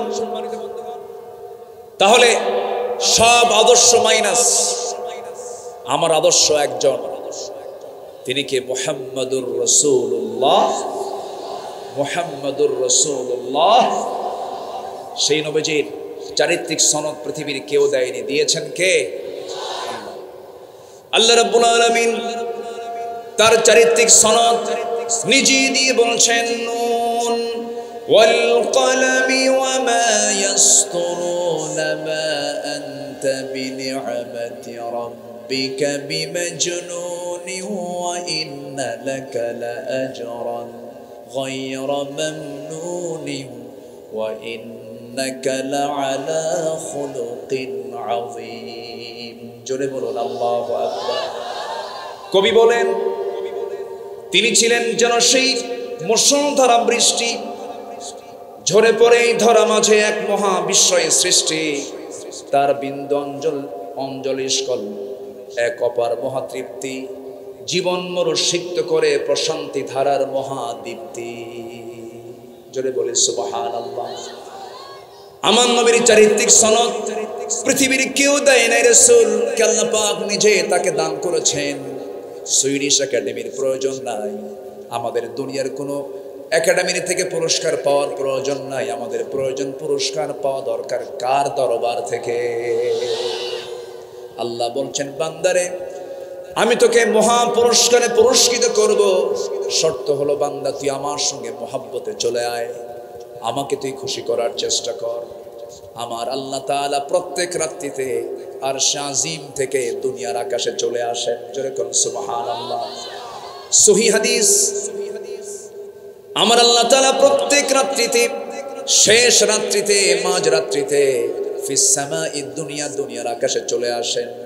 এসে বলেন আলা বিমুস্তাগফিরিন ফাগফির লাহ, কোন ক্ষমা প্রার্থী আছো আমার কাছে ক্ষমা চাবে, আমি তাকে ক্ষমা করে দেব। আমার বন্ধুগণ, আমার আল্লাহ তাআলা আমাকে এত বেশি ভালোবাসেন, সাত আকাশ কোথায়, প্রথম আকাশ কোথায়, কত দূর থেকে প্রত্যেক রাত্রিতে আমার আল্লাহ আমাকে মাফ করার জন্য আসেন। আমরা যে দুনিয়াতে বসে আছি, এই দুনিয়া থেকে এই আসমান যদিও দেখতে পাচ্ছি, কিন্তু আসমান থেকে শুধু দূরে না, আমাদের দৃষ্টিতে অনেক দূরে, অনেক দূরে। কেউ কি গিয়েছে নাকি? যেতে পেরেছে নাকি? যাওয়া সম্ভব নাকি? সম্ভব না। আমার বন্ধুগণ, শুধু ছোট্ট একটা তথ্য দেব। আল্লাহ আমার জন্য, আমাকে খুশি করার জন্য কত কাছাকাছি চলে আসেন আল্লাহ তাআলা, কত দূরে তার আরশে আজিম। আমরা যেখানে বসে আছি ঠিক এই জায়গা থেকে সূর্যটা আমরা দেখতে পাই প্লেটের মতো 13 লক্ষ গুণ বড়। ওই সূর্যের চাইতে Betelgeuse, supernova, Ardra, Proxima Centauri, এই সমস্ত তারকারাজিগুলো কত বড়। ব্যাটেল জুইস একটা তারকা আছে, এই সূর্যের চাইতে শুধু এক গুণ নয়, দ্বিগুণ নয়, ওই সূর্যের চাইতে ব্যাটেল জুইস তারকা আছে, সেই তারকাটা 33 কোটি গুণ বড়। 33 কোটি গুণ বড় একটা তারকা। শুধু এরকম একটা তারকা নয়, কোটি কোটি গ্যালাক্সি আছে। প্রত্যেকটা গ্যালাক্সির ভিতরে আল্লাহ রাব্বুল আলামিন 500 বিলিয়ন করে তারকা রেখে দিয়েছেন। এরকম করে আল্লাহ রাব্বুল আলামিন মহাশূন্যে তারকাগুলো ঝুলায় রেখেছেন। শুধু মহাশূন্যের কথা বলছি, আমি তো উপরে যাই নাই। মানুষ চাঁদের দেশে চলে গেছে, চাঁদ সফর করেছে, মঙ্গল গ্রহে গেছে। বান্দা যদি মনে করে গ্রহ দেখলাম মঙ্গল, দেখলাম চাঁদ, চাঁদের দেশ দেখলাম, একটু তারকার দেশ দেখতে চাই, তারকার দেশে যদি কোনো বান্দা যেতে চায়, দুনিয়ার কোনো যানবাহন দিয়ে চলবে না, দুনিয়ার কোনো বিমান কপ্টার দিয়ে চলবে না, নভোযান দিয়ে চেষ্টা করা যেতে পারে। দুনিয়ার লেটেস্ট নভোযান হলো অ্যাপোলো 11, যার ঘন্টার গতি হলো 39,000 কিলোমিটার। 39,000 কিলোমিটারে বেগে যদি রওনা দিয়ে দেয়, বান্দা রওনা দিয়েছে সেই পৃথিবীর সবচেয়ে নিকটবর্তী তারকার দেশ, যার নাম হলো প্রক্সিমা সেন্ট্রাই। পৃথিবীর সবচেয়ে কাছাকাছি তারকার দেশ, সেই তারকার কাছে যদি যেতে চায় কেউ, এমন দ্রুতগতি সম্পন্ন অ্যাপোলো 11 চড়ে তার সময় লাগবে 1,15,000 বছর মাত্র। যাবেন কারা কারা? হাত তোলেন। সম্ভব? আসতে বলে সম্ভব। আমি কি আকাশে গেছি এখনো? আকাশ তো বহু দূরে। এরকম প্রথম আকাশ, দ্বিতীয় আকাশ, তৃতীয় আকাশ, চতুর্থ আকাশ, 7 আকাশের উপরে আমার আল্লাহ তাআলার আরশে আজিম। সেখান থেকে প্রত্যেক রাত্রে আমাকে আপনাকে মাফ করার জন্য প্রথম আকাশে চলে আসেন। তাহলে কি তাহাজ্জুদের দরকার আছে? আসতে বলে আছে, আরো জোরে বলেন আছে। আমার নবীজি তাহাজ্জুদে কাঁদতেন কেমন? নাসাই শরীফের হাদিস। আমার নবীজি তাহাজ্জুদের নামাজ যখন পড়তেন, সিজদায় গিয়ে এত জোরে ঝাড়ায় কাঁদতেন তিনি, তার কান্নার আওয়াজটা কেমন হতো? হাদিস এসেছে, চুলায় আগুন ধরিয়ে দেওয়ার পরে পাতিলে পানি তুলে দিয়ে যদি পাতিলটার পানি গরম করা হয়, গরম হলে পরে, সিদ্ধ হলে পরে পানি টকবক টকবক যে আওয়াজটা হয়, আমার নবীজির সিজদায় পড়ে যখন তিনি কাঁদতেন, টকবক পানির মতো আওয়াজ আমার নবীর মুখ থেকে বের হতো। রাসূল এত কাঁদতেন, সবচেয়ে বেশি কেঁদেছেন আমার নবীজি। জায়নামাজ ভিজে যেত, এত কান্না তিনি কাঁদতেন। এই কান্নার অধিকাংশ কারণ ছিল আমি এবং আপনি, আমার উম্মত। জোরে কোন সুবহানাল্লাহ। ইন তুআযিবহুম ফাইন্নাহুম ইবাদুক। আল্লাহ তুমি যদি আযাব দাও, তুমি যদি শাস্তি দাও, তারা তো তোমার বান্দা, তুমি আমার উম্মতগুলোকে মাফ করে দাও। কাল হাসরের ময়দানে সবাই বলবেন নফসি নফসি, আমার নবীজি বলবেন উম্মতি উম্মতি। এই জন্য আদর্শ মডেল দরকার একজন ব্যক্তির, মুহাম্মদ সাল্লাল্লাহু। যে নেতাকে আমি কবরে পাবো, যে নেতাকে আমি মিজানে পাবো, যে নেতাকে আমি পুলসিরাতে পাবো, যে নেতাকে আমি হাউজে কাউসারে পাবো, যে নেতাকে আমি কাল হাসরের ময়দানে পাবো, সেই নেতাকে নেতা না বানায়া দুনিয়ার উল্লুক ভাল্লুককে নেতা বানাবেন, কিয়ামতের দিন মুসিবতে পড়ে যাবেন। অতএব আমার আপনার জন্য আজকে সিদ্ধান্ত হলো আমরা দল করব নবীর দল, দল করব আল্লাহর দল। সবাই রাজি আছেন? আল্লাহ কবুল করুন, জোরে বলি আমিন। আমার ভাইয়েরা,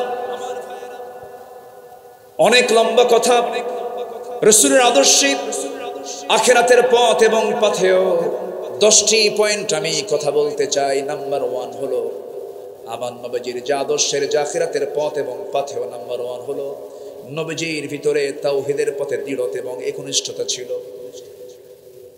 তাওহীদের পথে তিনি খুব দৃঢ় ছিলেন এবং একনিষ্ঠ ছিলেন। সবাইকে একনিষ্ঠ হওয়ার জন্য তিনি আহ্বান করেছেন। আল্লাহ রাব্বুল আলামিন সূরা হুদের মধ্যে বলছেন, সূরা হুদের 112 নম্বর আয়াত, ফাস্তাকিম কামা উমিরতা ওয়া মান তাবা মাআকা ওয়া লা তাতগাউ ইন্নাহু বিমা তা'মালুনা বাসীর। জোরে বলুন আল্লাহু আকবার। হে রাসূল, আমি আপনাকে যা আদেশ করেছি তার উপরে আপনি অটল থাকুন, অবিচল থাকুন। আপনি কখনো ঘাবড়াবেন না, আপনি কখনো দুমড়ে মুচড়ে যাবেন না। একজন মুজাহিদ কখনো বসে থাকে না, বসে থাকে না। যতই আসুক বাধা, যতই আসুক বিপদ, ভেঙে পড়ে না, ভেঙে পড়ে না। একজন মুজাহিদ কখনো বসে থাকে না, বসে থাকে না। সামনে থাকলো হাজার পাহাড় তার, দুশ্মন হলো না হয় বেসুমার। সামনে থাকলো হাজার পাহাড় তার, দুশ্মন হলো না হয় বেসুমার। তবুও সে সামনে চলে, তবুও সে সামনে চলে, থমকে দাঁড়ায় না, থমকে দাঁড়ায় না। একজন মুজাহিদ কখনো না বসে থাকে না। আল্লাহ কবি মতিউর রহমান মল্লিকের কবরটাকে জান্নাতের টুকরা বানায় দেয়।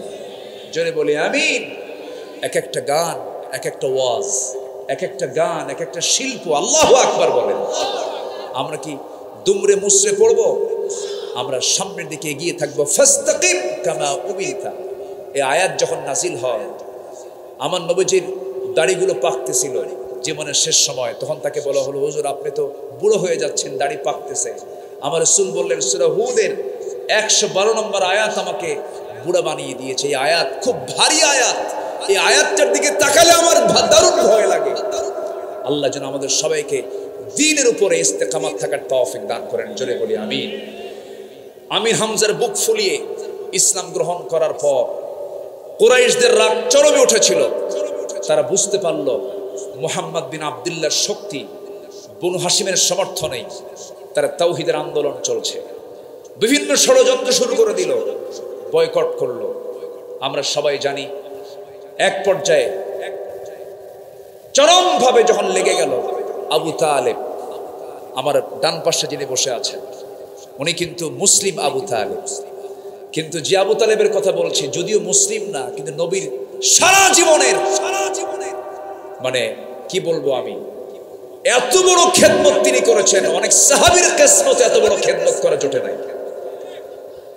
কিন্তু খেদমত করলে হবে কি, মোহাব্বত ছিল কিন্তু আনুগত্য ছিল না। আবু তালেব বলে ফেললেন, মুহাম্মদ তোমার চুল পরিমাণ কোনো ক্ষতি করবে এমন কোন লোককে তোমার সামনে আসতে দেব না, আমি তোমার সাথে আছি। আবু তালেব যদিও কাফের, অভদ্র না ভদ্র, আজ থেকে অভদ্র না ভদ্র, ভদ্র কাফের তিনি ছিলেন। আমি তাকে তিনি শব্দই সম্বোধন করি। রাসূল তাকে খুবই চেষ্টা করেছেন দিনের পথে আনার জন্য। জোর তো করেননি, মাঝে মাঝে ইশারা ইঙ্গিতে বলতেন, কিন্তু কাম হয়নি। কারণ হেদায়েতের একদম মূল মার্কাজ, হেদায়েত দিবেন যিনি, তিনি আমার কে? আস্তে হেদায়েত যিনি দিবেন তিনি আমার কে? যদি তাই হতো নূহ পারতেন তার ছেলেকে দিনে আনতে, যদি তাই হতো লূত আলাইহিস সালাম পারতেন তার বউকে দিন আনতে, যদি তাই হতো ইব্রাহিম আলাইহিস সালাম তিনি তার আব্বাকে ফিরে আনতে পারতেন, কিন্তু পারেন নাই। কারণ হেদায়েত একমাত্র কার হাতে? আসতে বলবেন না, কার হাতে? আল্লাহর হাতে। কুরাইশরা আমার নবীজির দাওয়াতকে রুখে দেওয়ার জন্য মক্কার বিখ্যাত বাইতুল্লাহর দেওয়ালে একটা চুক্তিনামা ঝুলিয়ে দিল, যেখানে উল্লেখ ছিল মুহাম্মদ এবং তার অনুসারীদের কোনো ধরনের অর্থনৈতিক সামাজিক কোনো সম্পর্ক রাখা যাবে না। তাদের বিরুদ্ধে নিষেধাজ্ঞা শিরোধার্য করা হলো। শেষ পর্যন্ত সাহাবে কেরাম খাবার পেলেন না। গাছের লতাপাতা, চামড়া, এই সমস্ত খাবারগুলো খেতে খেতে শেষ পর্যন্ত কোষ্ঠকাঠিন্য হলো। পায়খানাগুলো ছাগলের পায়খানার মতো কটকটে হয়ে গেল। এবং এই কষ্টের ভিতরে থাকতেই অল্প বয়স্কা ফাতিমা রাদিয়াল্লাহু তাআলা আনহা অল্প বয়সে তিনি দুনিয়া থেকে বিদায় নিয়েছিলেন। এবং এতটাই কষ্ট সাহাবীদের ভিতরে ছিল, খাবার না পেয়ে ওই পাথরের উপরে হালকা মাঝে মাঝে বৃষ্টি যখন হতো কিছু ঘাস জন্মাতো, সেই ঘাসগুলো চাবায়া চাবায়া সাহাবায়ে কেরাম ক্ষুধা নিবারণ করেছেন। কি কষ্ট তারা করেছেন 3 বছর। কয় বছর বলেন তো? 3 বছর। কিন্তু কেউ কি দিন থেকে বের হয়েছেন? কেউ দিন থেকে বের হননি। দিনের উপর অবিচল থেকেছেন। আমার বন্ধুগণ, এই 16 বছর কত প্রস্তাব গিয়েছে, কত প্রকার লোভনীয় প্রস্তাব দেওয়া হয়েছে। জেলখানায় থেকে জীবন পর্যন্ত হাসি মুখে বরণ করে নিয়েছেন। ফাঁসির মঞ্চে হাসতে হাসতে চলে গেছেন, কিন্তু বাতিল শক্তির কাছে মাথা নত করে নাই। এই চেতনা পেয়েছেন তাদের কাছ থেকে, সাহাবীদের কাছ থেকে। চেতনা তারা লালন করে তারা শাহাদত বরণ করেছেন। আমার বন্ধুগণ, নাম্বার 1 চলে গেল। নাম্বার 2 হলো নবীর আদর্শের মধ্যে ছিল আখলাকের পরিপূর্ণতা। আমার আল্লাহ রাসূলকে আল্লাহ তাআলা এমন আখলাক দান করেছেন যার সমস্ত দিক আমার রাসূলের মধ্যে আল্লাহ পাক পরিপূর্ণ আকারে দিয়েছিলেন। শামাইলে তিরমিজির মধ্যে এসেছে, সাইয়েদনা আলী বলেন, নবীর চরিত্রের ব্যাপারে তার কাছে জানতে চাওয়া হলে তিনি বললেন, কানা রাসূলুল্লাহ সাল্লাল্লাহু আলাইহি ওয়াসাল্লাম দাইমাল বিশর সাহালাল খুলক লাইনাল জানিব লাইসা বিফাদ্দিন ওয়ালা গালিযিন ওয়ালা সাহাবিন ওয়ালা ফাহাশিন ওয়ালা আইয়াবি ওয়ালা মুশাহিন ইয়াতাগাফালু আম্মা লা ইয়াশতাহি। আমার নবীজি নাম্বার 1 সহজ সরল ছিলেন। নাম্বার 2 কোমল হৃদয়ের অধিকারী ছিলেন। নাম্বার 3 তিনি কঠিন স্বভাবের ছিলেন না। তিনি উচ্চস্বরে কথা বলতেন না, অশ্লীল ভাষা প্রয়োগ করতেন না, কারো দোষ খুঁজে বেড়াতেন না, কৃপণ ছিলেন না। তিনি অপছন্দনীয় কথা এড়িয়ে যেতেন। তিনি কাউকে নিরাশ করতেন না, মিথ্যা প্রতিশ্রুতিও দিতেন না। নাম্বার 9 হলো 3টি বিষয় থেকে তিনি বিরত থাকতেন: ঝগড়া বিবাদ, অহংকার করা, অপ্রয়োজনীয় কথাবার্তা বলা। এই 16 বছর অহংকার ছিল কিনা বলেন? আসতে বলছে, অহংকার ছিল কিনা বলেন? চিন্তা করুন, ছাত্ররা তাদের ন্যায্য আন্দোলন চালিয়ে যাচ্ছিল, বৈষম্য বিরোধী আন্দোলন তারা চালাচ্ছিল যে না, কোটা বাতিল করতে হবে, বৈধ একটি আন্দোলন। গুরুত্বপূর্ণ একটি জায়গা থেকে, চেয়ার থেকে বলা হলো, রাজাকারের নাতিপুতিরা চাকরি পাবে। এটি কি বিনয়ের কথা না অহংকারের কথা? বিনয়ের কথা না অহংকারের কথা? অহংকারের কথা। সম্মানিত ভাইয়েরা, যারাই অহংকার দেখিয়েছে যুগে যুগে, অহংকার পেয়েছে যার, ধ্বংস হয়েছে তার। মাটির সঙ্গে মিশায়া দিয়েছেন তিনি আমার কে? আসতে বলবেন না, তিনি আমার কে? আমার নবীজির ভিতরে চুল পরিমাণ কোনো অহংকার ছিল না। সবার সঙ্গে মিশে মিশে কথা বলতেন। মুহাম্মদ সাল্লাল্লাহু, অপ্রয়োজনীয় একটা ওয়ার্ড আমার নবীর জীবনে মুখ থেকে বের হয়নি। অপ্রয়োজনীয় একটা ওয়ার্ড আমার নবীর মুখ থেকে বের হয়নি। মাইক পেলেই যা মুখে আসতো তাই বলতো। এক প্রতিবন্ধী নেতা ছিল, প্রতিবন্ধী নেতা। প্রতিবন্ধী বললাম এই জন্য, নোয়াখালীর দিকে তার বাড়ি। প্রতিবন্ধী নেতা, বুঝতেছেন তো? খালি বলতো খেলা হবে। একটা গুরুত্বপূর্ণ জায়গা থেকে এমন যাতে অযাচিত এত হালকা কথা কোন মানুষ বলতে পারে না। কোথায় খেলা হবে? কই খবরই তো। আরেকজন তো 70 রাকাত তাহাজ্জুদ পড়তো, হ্যাঁ তো নাই দেশে। ও এই খেলা হবে কথার রূপকার, হে সবার আগে ভাগছে। সম্মানিত বন্ধুগণ, ওরা আমাদেরকে রাজাকার বলে 16 বছর গালি দিয়েছিল।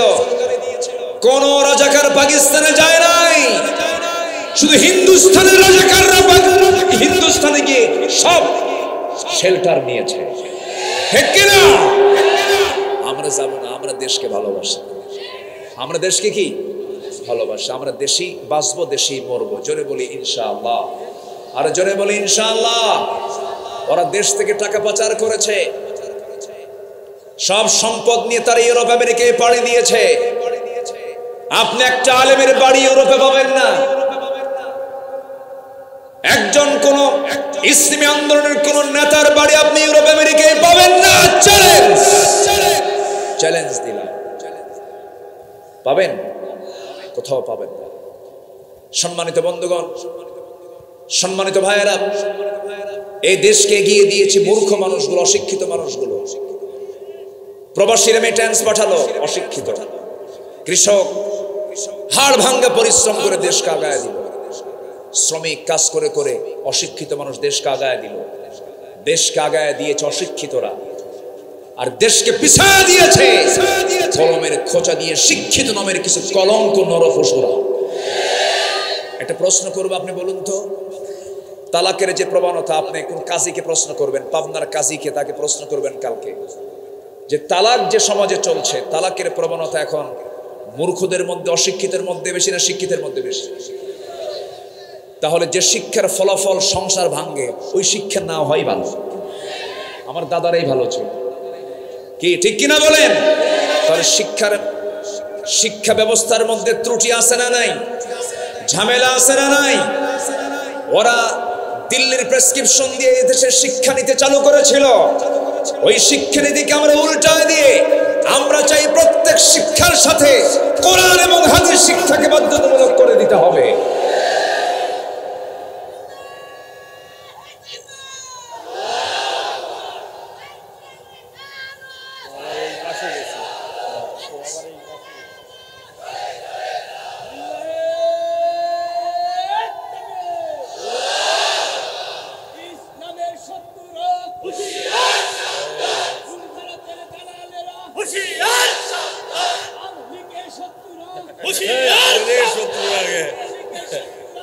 কি বলেন আপনি থামেন।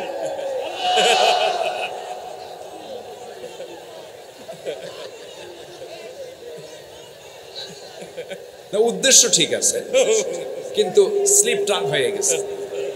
যাই হোক, কিছু ফ্লেভার পাইছে ওই লোকে। আচ্ছা, যাই হোক, হতে পারে। সম্মানিত ভাইয়েরা, আমি কি আলোচনা চালাবো? তো মাঝে মাঝে দু একজন যে ওঠা বসা করেন, একটু বসেন, জিকির করে লা ইলাহা, আরো জোরে লা ইলাহা,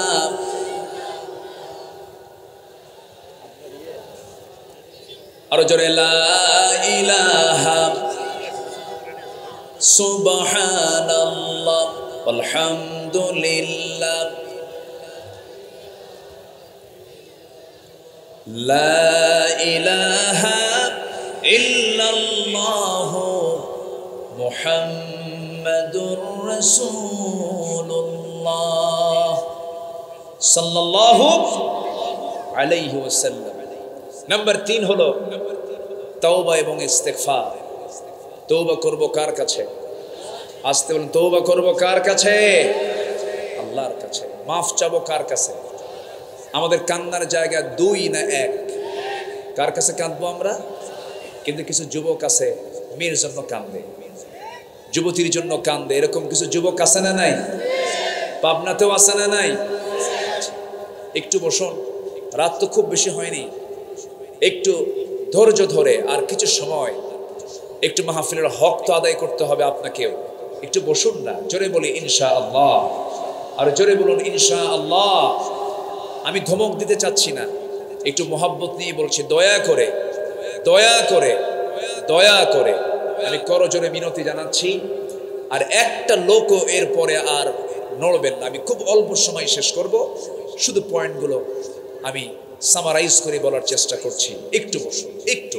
জি, আমরা মাফ চাইবো কার কাছে? আল্লাহর কাছে। মাফ করার জন্য একজনই আছেন, তিনি আমার কে? কাঁদলে পরে ফলাফল পাওয়া যাবে একজনের কাছে, তিনি আমার কে? আপনি কোনো ব্যক্তির কাছে কাঁদবেন, বলবে ও ধান্দায় কাঁদবে, কোন একটা লক্ষ্য ওর আছে এই জন্য কাঁদবে। দুনিয়ার কারো কাছে কাঁদবেন, সে একটা মাইন্ড করতে পারে, কিন্তু আল্লাহর কাছে আপনি কাঁদবেন, এই কান্নার অবশ্যই একটা ফলাফল কে দিবেন? আসতে বলবেন না, কে দিবেন? আল্লাহ দিবেন। আল্লাহ রাব্বুল আলামিন বলেন, তুবু ইলাল্লাহি জামিআন আইয়ুহাল মুমিনুন লাআল্লাকুম তুফলিহুন। সূরা নূর আয়াত নম্বর 31। আল্লাহ রাব্বুল আলামিন তওবার ব্যাপারে হুকুম দিচ্ছেন, আর এক জায়গায় বলছেন, তুবু ইলাল্লাহি তাওবাতান নাসুহা। তওবার গুরুত্ব এত বেশি, আল্লাহ রাব্বুল আলামিন তওবা নামে একটা সূরা পর্যন্ত নাযিল করেছেন। আমার নবীজি বলেন, তুবু ইলাল্লাহ ফাইন্নী আতুবু ইলাই ফাইন্নী আতুবু ফিল ইয়াউমি মিয়াত মাররা। ও আমার সাহাবীরা, তোমরা তওবা করো আল্লাহর কাছে, আমি রাসূল নিজে সারা দিনে 100 বারেরও বেশি বার তওবা করি। জোরে বলি সুবহানাল্লাহ। আমার রাসূলকে আল্লাহ পাক ইস্তিগফার করতে বলেছেন।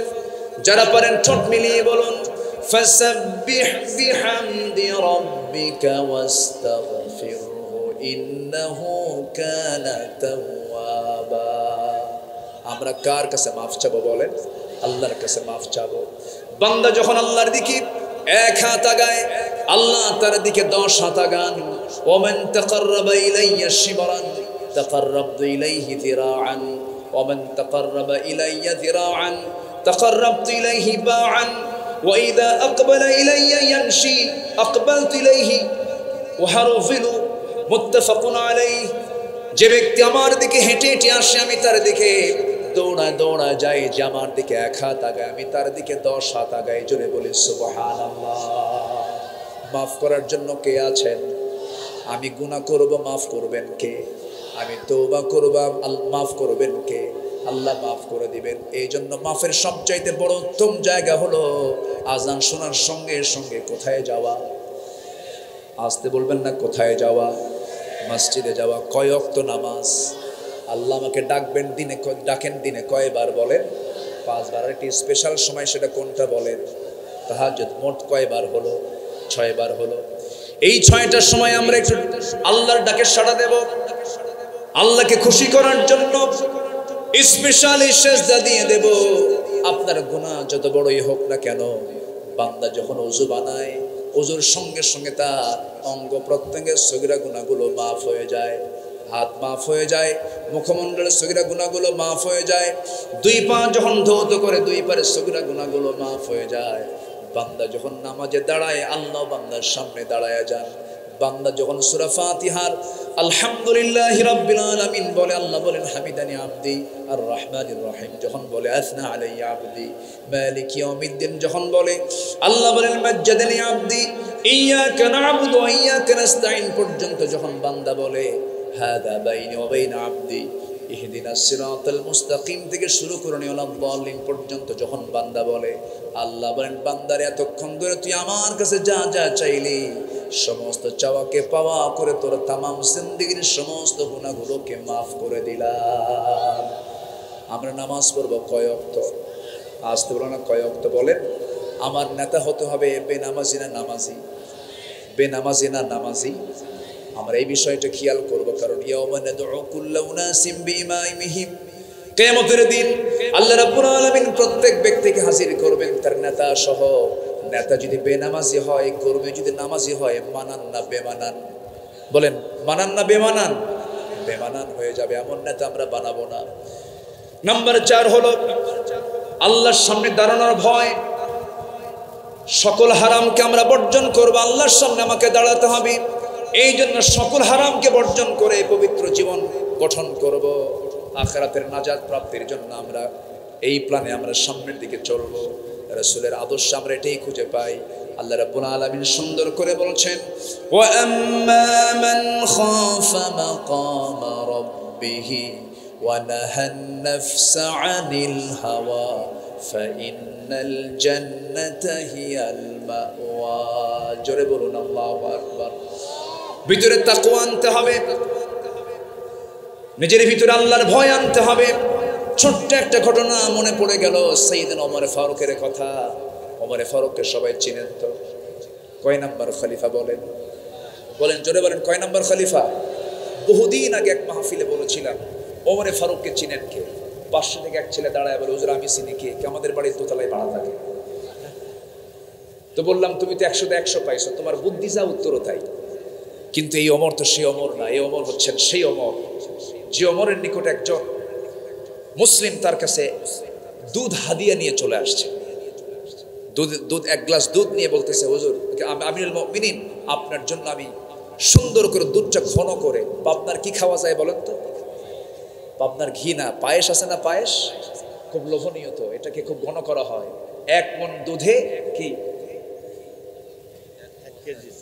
1 কেজি চাল। কতটুকু হয় এটা যেন? 2-3 কেজি এরকম হয়তো পরিমাণ হয়। এত বড় টেস্ট, এত মজা। কিন্তু আজকে কিন্তু খাই নাই। আজকে কিন্তু মিস হয়েছে, কালকে যেন এটা মিস না হয় কোনো মেহমান।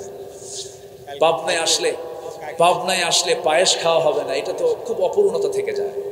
আলহামদুলিল্লাহ বলেন, জোরে বলি আলহামদুলিল্লাহ। তো সাইয়েদনা ওমর ফারুক রাদিয়াল্লাহু তাআলা আনহু বসে আছেন, একজন দুধ ঘন করে 1 গ্লাস দুধ তার কাছে নিয়ে এসে বলছে, আপনার জন্য চমৎকার খাবার নিয়ে আসছি, আপনি এটা খাবেন। তিনি প্রশ্ন করলেন না, পেলেন তো খুব মজার জিনিস পাইছেন, খেয়ে ফেলছেন। খাওয়ার পরপরই প্রশ্ন করছেন, এই তুমি যে আমার জন্য হাদিয়া আনছো, এটা কি তোমার বাড়ির গরুর দুধ নাকি? তোমার কি গৃহপালিত কোনো পশুর দুধ তুমি নিয়ে আসছো? উটের দুধ নিয়ে আসছো না কি নিয়ে আসছো? বল কে না, এটা আমি রাষ্ট্রের পক্ষ থেকে গরিবদের জন্য যেটা বরাদ্দ হয় সেটা পেয়েছি। এরপর যেহেতু আমি পাইছি, এটা আমি আপনাকে হাদিয়া দিলাম, আপনার জন্য তো জায়েজ। দেখছেন ফতুয়া মারতেছে। কিন্তু ওমর ফারুক বললেন, ঠিক আছে তুমি যাও। সাইয়েদনা ওমর ফারুকের চোখ অশ্রু সজল হয়ে গেল, চোখে পানি চলে আসছে। কাঁদতে কাঁদতে তিনি মনে মনে ভাবতেছেন, যদি আমি মারা যাই, আল্লাহ যদি আমাকে প্রশ্ন করেন, সরকারের জিনিস বাইতুল মালের খাবার তোমার পেটে কেন, কেমন করে জবাব দেব? সেই জন্য করলেন কি, বেশি পরিমাণ পানি পেটের মধ্যে ঢুকায় নিলেন। এরপরে 5টা একসঙ্গে গলার মধ্যে ঢুকায় দিয়ে জোরপূর্বক সমস্ত খাবারগুলো পেট থেকে বের করে দিলে। আমার ভাইয়েরা, সাইয়েদনা ওমর ফারুক রাদিয়াল্লাহু তাআলা আনহু রাষ্ট্রের মধু নিয়ে এসেছেন। 4 ভাগ করবেন, 5 ভাগ করবেন, 1 ভাগ তিনি নেবেন আর 4 ভাগ প্রতিবেশী নেবেন। স্ত্রীর কাছে এসে বলছেন, স্ত্রী শোনো, এই যে 1 বোতল মধু আনছে, রাষ্ট্রের মধু ভাগাভাগি করে নিতে হবে, সমান ভাগে 5টা ভাগ করো। 1 অংশ আমাদের আর 4 অংশ হলো প্রতিবেশীর। এই কথা বলে তিনি মধুর বোতলটা তিনি হ্যান্ড ওভার করলেন স্ত্রীর কাছে। বলছেন, স্ত্রী তুমি এটাকে ভাগ করো। 1 মিনিট যেতে না যেতেই বললেন, স্ত্রী তোমাকে আমি ভাগ করতে দেব না, দাও বোতলটা আমার হাতে দিয়ে দাও। কিচ্ছু কথা না বলে প্রতিবেশীর ঘরে চলে গেলেন। প্রতিবেশীর কাছে গিয়ে বলছেন, প্রতিবেশী আমার, এই যে মধু তোমাকে দিলাম, সমান 5 ভাগে ভাগ করবে। 1 ভাগ আমাকে দিয়ে বাকি 4 ভাগ এই 4টা ঘরে তুমি সহ সমান করে নিয়ে নিবা। তিনি তার অংশের মধুটুকু নিয়ে বউয়ের কাছে এসে বলছেন, বউ আমার, আমি তোমার কাছে একটু লজ্জা বোধ হচ্ছে, আমার তোমার কাছে মধুর বোতল দিয়েছিলাম, আবার ফেরত নিয়েছিলাম, মন খারাপ হতেই পারে, কিন্তু আমি তোমাকে ট্রাস্ট করি, আমি তোমাকে বিশ্বাস করি, আমি রাষ্ট্র চালাই, তুমি আমার পরিবারে চালাও, বাচ্চাদের রান্না বান্না করে দাও, বিশাল বড় খেদমত তুমি আমার পরিবারের জন্য করো, আমার সন্তানদের তুমি মা, আমি তোমাকে সম্মান করি। আল্লাহি তাল্লাহি বিল্লাহি আমি তোমাকে সন্দেহ করে গ্লাসটা মধুর বোতলটা হাতের ভিতর থেকে নিয়ে নেই নাই। নেওয়ার উদ্দেশ্য হলো মধুভাগের দায়িত্ব আমি তোমাকে না দিয়া প্রতিবেশীর হাতে জন্য দিয়েছি, কারণ মধু হলো তরল জিনিস, তুমি যখন এটাকে মাপতে যাবে, ভাগ করতে যাবে, যতই তুমি সমান ভাগে ভাগ করো না কেন, তরল মধু হওয়ার কারণে, লিকুইড হওয়ার কারণে কিছু মধু তোমার হাতে লেগে যাবে। সেটা 1 ফোঁটা হোক, 2 ফোঁটা হোক, 3 ফোঁটা হোক না কেন, 1 ফোঁটা, 2 ফোঁটা, 3 ফোঁটা মধু আমাদের ভাগে বেশি আসুক এটা চাই নাই মনে করে মধুভোগের দায়িত্ব আমি অন্যের কাঁধে চাপায় দিয়েছি। জোরে বলি সুবহানাল্লাহ, আরো জোরে বলি সুবহানাল্লাহ। ঘোড়া কিনতে গেছেন ওমর ফারুক রাদিয়াল্লাহু তাআলা আনহু। তিনি তখন স্টিল খলিফাতুল মুসলিমিন, 40টা রাষ্ট্রের তিনি রাষ্ট্রপ্রধান। চলে গেছেন ঘোড়া কেনার জন্য। ঘোড়া কিনেছেন, ঘোড়াওয়ালার কাছ থেকে টাকা পয়সা দিয়ে দিয়েছেন, ঘোড়াও কিনে নিয়েছেন, দেখে শুনে নিয়েছেন। ঘোড়ার পিঠে চড়ে তিনি বাড়িতে চলে আসবেন। আগের যুগে মানুষ ঘোড়া কিনতে যেত, যেমন আজকের যুগে হোন্ডা কিনতে যায়, গাড়ি কিনতে যায়। আগের যুগে কি কিনতে যেত? ঘোড়া কিনতে যেত। ঘোড়া কিনে বাড়িতে ফিরে আসতেছেন। বাড়িতে আসার আগেই তার ওই ঘোড়ার 4টা পা অকেজো হয়ে পড়ে গেছে। উনি মনে মনে চিন্তা করলেন, ঘোড়াওয়ালা আমার কেমন বড় ঠকান ঠকালো, ঘোড়া তো অচল ঘোড়া, অসুস্থ ঘোড়া দিয়েছে। ফেরত চলে গেলেন। ফেরত গিয়ে বললেন, ও ঘোড়াওয়ালা, তুমি আমাকে কেমন করে ঠকালে কেন? অচল ঘোড়া আমাকে দিলে কেন? এই ঘোড়া আমি নেব না, তুমি ফেরত নিয়ে নাও। ঘোড়াওয়ালা বলছে, আমিরুল মুমিনিন, আমার জানা মতে আমি আপনাকে অচল ঘোড়া দেই নাই। আপনার কাছে চলে যাওয়ার পর ঘোড়া অচল হয়ে গেছে, অসুস্থ হয়ে পড়েছে। ওমর ফারুক ধমক দিয়ে বলছেন, তুমি কি আচরণটা আমার সঙ্গে করতে পারলে? কেমন করে? এই ঘোড়া আমি নেব না, তুমি ফেরত নিয়ে নাও। ঘোড়াওয়ালা মুস্কি হাসি মেরে বলছে, আমিরুল মুমিনিন, আমার কথাও ঠিক নাই, আপনার কথাও ঠিক নাই। আমি যতই তর্ক করবো, আপনি যতই তর্ক করবেন, এখানে কোনো ফয়সালা আসবে না। চলুন, এই ঘোড়াটা ফেরত নেব কি ফেরত নেব না, এটার ফয়সালা আদালত করবে, কোর্ট করবে। একজন সামান্য ঘোড়াওয়ালা শাসকের ব্যাপারে এমন বড় কথা বলতেছে। সেই দেশের বিচার, সেই দেশের আইনটা কত স্বাধীন ছিল, এর একমাত্র কারণ ছিল ওমর সমাজে চালু করেছিলেন কিসের বিধান। সাইয়েদনা ওমর ফারুক রাদিয়াল্লাহু তাআলা আনহু কিচ্ছু বললেন না। ঠিক আছে ঘোড়াওয়ালা, তুমি যেহেতু বিচার চাচ্ছ, আদালতে যেতে চাও, আমি আদালতে চলে যাব। আদালতে তিনি যেতে প্রস্তুতি নিয়ে নিলেন, চলে গেলেন। আদালত চত্বরে ঢুকে ভিতরে, যখন আদালতের ভিতরে ঢুকেছেন, খলিফাতুল মুসলিমিনের অধীনে চাকরি করে বিচারপতির বিচারের চেয়ারে বসে থাকে এমন বিচারপতির সামনে বসে আছে ওমর ফারুক। সামনে যাওয়া মাত্রই বিচারপতির চেয়ার থেকে দাঁড়ায় গেছে, আমিরুল মুমিনিন, আপনার মতো ব্যক্তি এই জায়গায় কেন, কি হয়েছে বলুন? তিনি বলছেন, বিচারপতি, আমি ওমর, আমাকে দেখে আজকে বিচার করা যাবে না। ইন্নাল্লাহা ইয়া'মুরু বিল আদল, ইন্নাল্লাহা ইয়া'মুরুকুম বিল আদল। আদলটাকে ঠিক রেখে বিচার করবে। ঘোড়াওয়ালার কথাও শোনো, আমার কথাও শোনো, সঠিক রায় যেটা হবে সেই রায়টাই তুমি দিয়ে দিবা। যখন বাদীর কথা শোনা হলো, ঘোড়াওয়ালার কথা শোনা হলো, ওমর ফারুকের কথাও শোনা হলো, দুজন কথাই তিনি শুনলেন। শোনার পর আস্তে করে ওই আদালতের চেয়ার থেকে বলতেছেন, আদালতের সেই বিচারপতি কাজী শুরাইহ ইবনুল হারিস আল কিন্দি রাহমাতুল্লাহ আলাইহি, তিনি বলছেন, আমিরুল মুমিনিন, আপনি আমারও খলিফা, আপনি ঘোড়াওয়ালারও খলিফা, আপনি অর্ধজাহানের খলিফা। কিন্তু আজকে দুই পক্ষের কথা শুনে আমি এতটুকু নিশ্চিত হলাম, এই ঘোড়াটা কখনো আপনি ঘোড়াওয়ালাকে ফেরত দিতে পারবেন না, কারণ এই ঘোড়াওয়ালাকে ফেরত দিলে সে ক্ষতিগ্রস্ত হয়ে যাবে। আপনি ওমর সামনে আছেন আমার, আপনি এই জায়গা থেকে সুস্থ অবস্থায় বাড়িতে ফিরবেন, তার যেমন গ্যারান্টি নাই। একটা প্রাণী সুস্থ থেকে অসুস্থ হবে কখন কেউ তো বলতে পারে না। যেহেতু মালিকানা শেষ হয়ে গেছে, কেনা বেচা সম্পূর্ণ কমপ্লিট হয়ে যাওয়ার পর, আপনার মালিকানা যাওয়ার পর ঘোড়াটা অসুস্থ হয়ে পড়েছে, এই ঘোড়া ফেরত দেওয়ার কোনো সুযোগ নাই। ওমর ফারুক আস্তে করে সেই জায়গা থেকে চলে গেলেন বাড়িতে। পরের দিন তিনি মাজলিসে শুরার বৈঠকে বসেছেন, সমস্ত লোকজনদেরকে নিয়ে বসে পরামর্শের বৈঠকে বলছেন, শোনো, অমুক আদালতে একজন বিচারপতি আছে, খুব সাহস, তার আমার বিরুদ্ধে রায় দিয়েছে। এই আমার বিরুদ্ধে রায় দেওয়ার কারণে, তার সাহসিকতার কারণে তার পদোন্নতি আমি ওমর দিতে বাধ্য হলাম। সুবহানাল্লাহ। আমার বন্ধুগণ, আমার ভাইয়েরা, এটাই হচ্ছে আল্লাহর সামনে কিন্তু দাঁড়াতে হবে, আল্লাহর সামনে জবাবদিহিতার কাঠগড়ায় দাঁড়িয়ে জবাব দিতে হবে। এই অনুভূতি কারোর মধ্যে যদি থেকে যায়, সে বান্দার আদর্শ এমনই হতে পারে, এমনই হবে, এটাই স্বাভাবিক। নাম্বার 5 হলো, নবীর আদর্শের মধ্যে আমানতদারিতা ছিল, বিশ্বস্ততা ছিল।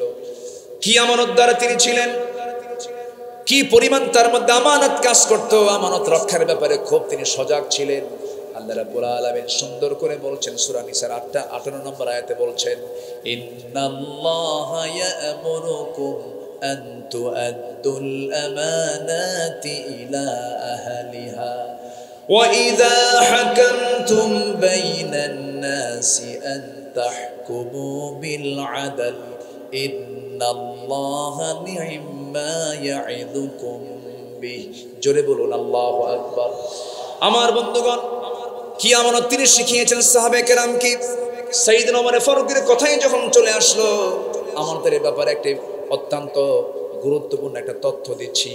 রাষ্ট্রের তহবিলের রক্ষকের কাছে সেই তহবিলে একটা মাত্র দিনার ছিল। কয়টা দিনার বলেন? একটা দিনার ছিল। সেই দিনার তিনি পেলেন।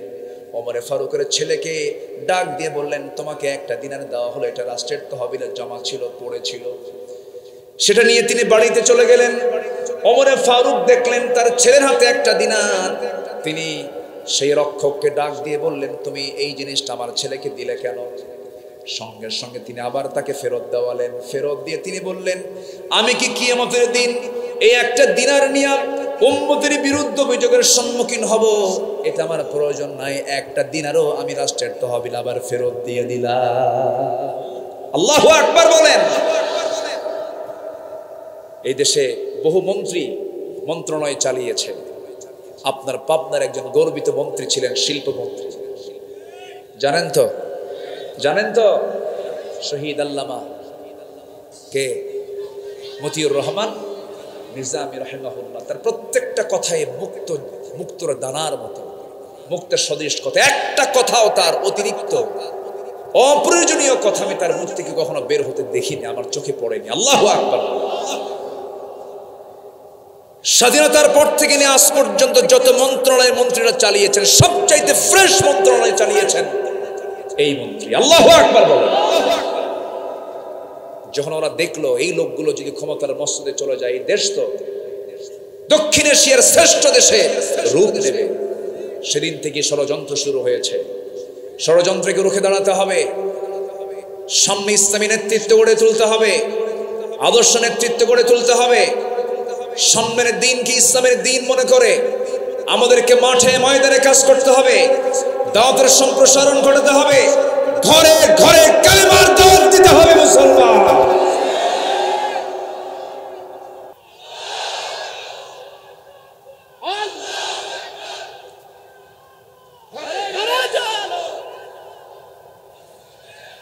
আল্লাহ কবুল করুন, জোরে বলি আমিন। সাইয়েদনা ওমর ফারুক রাদিয়াল্লাহু তাআলা আনহু একদিন গভর্নর তার কাছে আসছেন। তিনি খোঁজ নিলেন বাইতুল মালের কি খবর, গরিবদের কি অবস্থা, সবকে ঠিকমতো বন্টন টন্টন হয়েছে কিনা। এবার উল্টো এখন গভর্নর প্রশ্ন করছেন ওমর ফারুক, আমিরুল মুমিনিন, আপনার পরিবারের কি অবস্থা? আপনার গায়ের যে সেরা জুতা, সেরা জামা, এই যে সেরা তালে যুক্ত জামা পরে আছেন, জীর্ণ শীর্ণ করে বসবাস করছেন, আপনার পরিবারের খবরকে, আপনি কিভাবে চলছেন, আপনার ক্ষুধার্ত সন্তানদের কি অবস্থা? এই প্রশ্ন করা মাত্রই আগে প্রশ্ন ছিল হলো রাষ্ট্র সংক্রান্ত। এই প্রশ্নের জবাব দিয়ে তিনি রাতের বেলা বসেছেন বৈঠকে গভর্নরের সাথে ওমর ফারুক রাদিয়াল্লাহু তাআলা।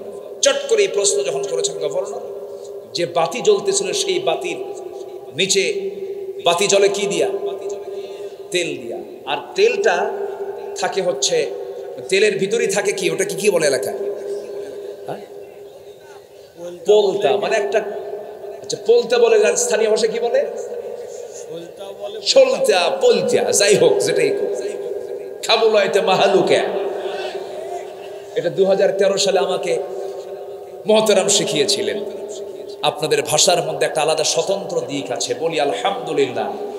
পাবনার একটা টান দিলে গোটা দেশবাসী বুঝে এটা পাবনা থেকে আসছে, বলি আলহামদুলিল্লাহ। একটা আলাদা সৌন্দর্য। পোলতা।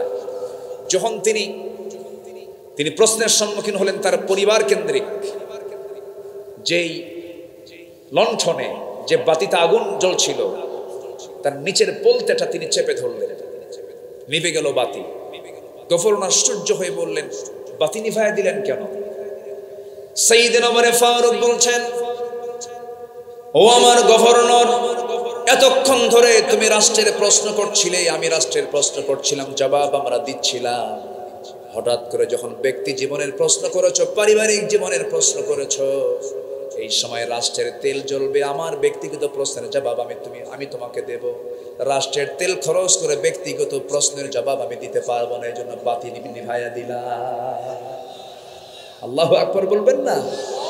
আমানতদারিতা, এটা কি আমানতদারিতা। নাম্বার 6 হলো পরিবারকে জান্নাতের দিকে পরিচালনা করা। সন্তানকে দাওয়াত দিবেন, বউকে দাওয়াত দিবেন। বউ যদি নামাজ না পড়ে কি করবেন বলেন? বউ যদি নামাজ না পড়ে কি করবেন? আরেকজনকে মায়ের হবে, একজনকে সেদিক থেকে কিছু মায়ের হবে।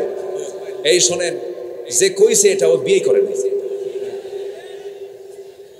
যে বিয়ে করছে ও বলবে মার হবে, এটা অসম্ভব ব্যাপার। বউকে ভয় করে না এমন স্বামী দুনিয়াতে নেই। দেখেন জোরে কয় ঠিক, ছোট বাচ্চা এই যে কি বুঝলো আল্লাহ জানে। জি, বউকে কে না ভয় করে? ভয় তো না, এটা সম্মান। বউ স্বামীকে ভয় করে, স্বামীও বউকে ভয় করে, সম্মান করে। এই সম্মান শ্রদ্ধা যদি না থাকে সংসার টিকবে? টিকবে না। বউয়ের সঙ্গে আপনার রাগারাগি করে পারবেন না তো।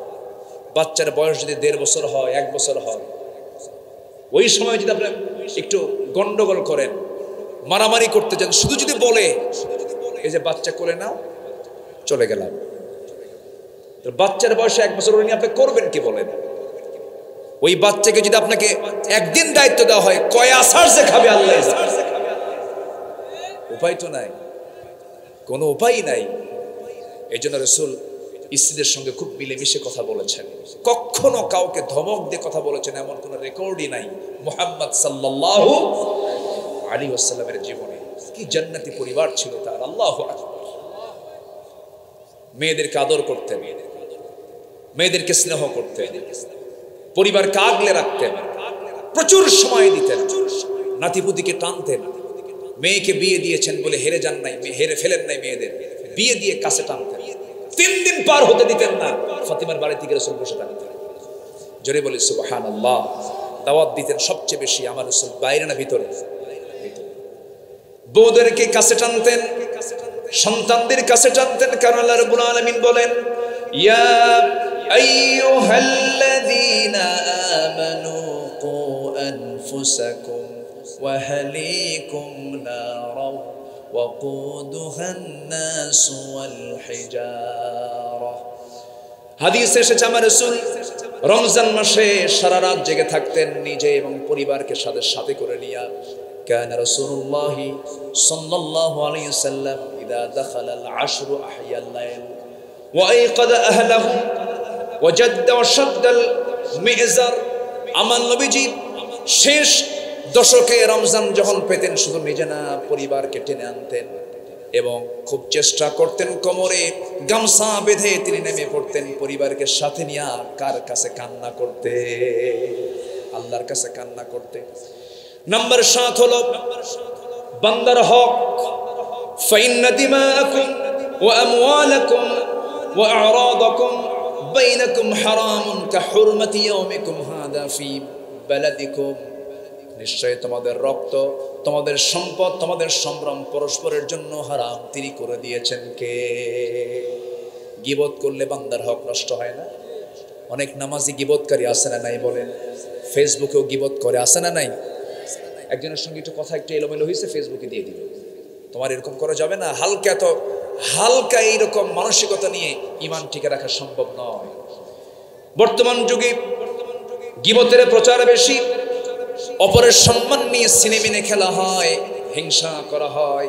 এগুলো হচ্ছে বান্দার হক নষ্ট করার বড় একটা মাধ্যম। অবলীলা এগুলো চলছে।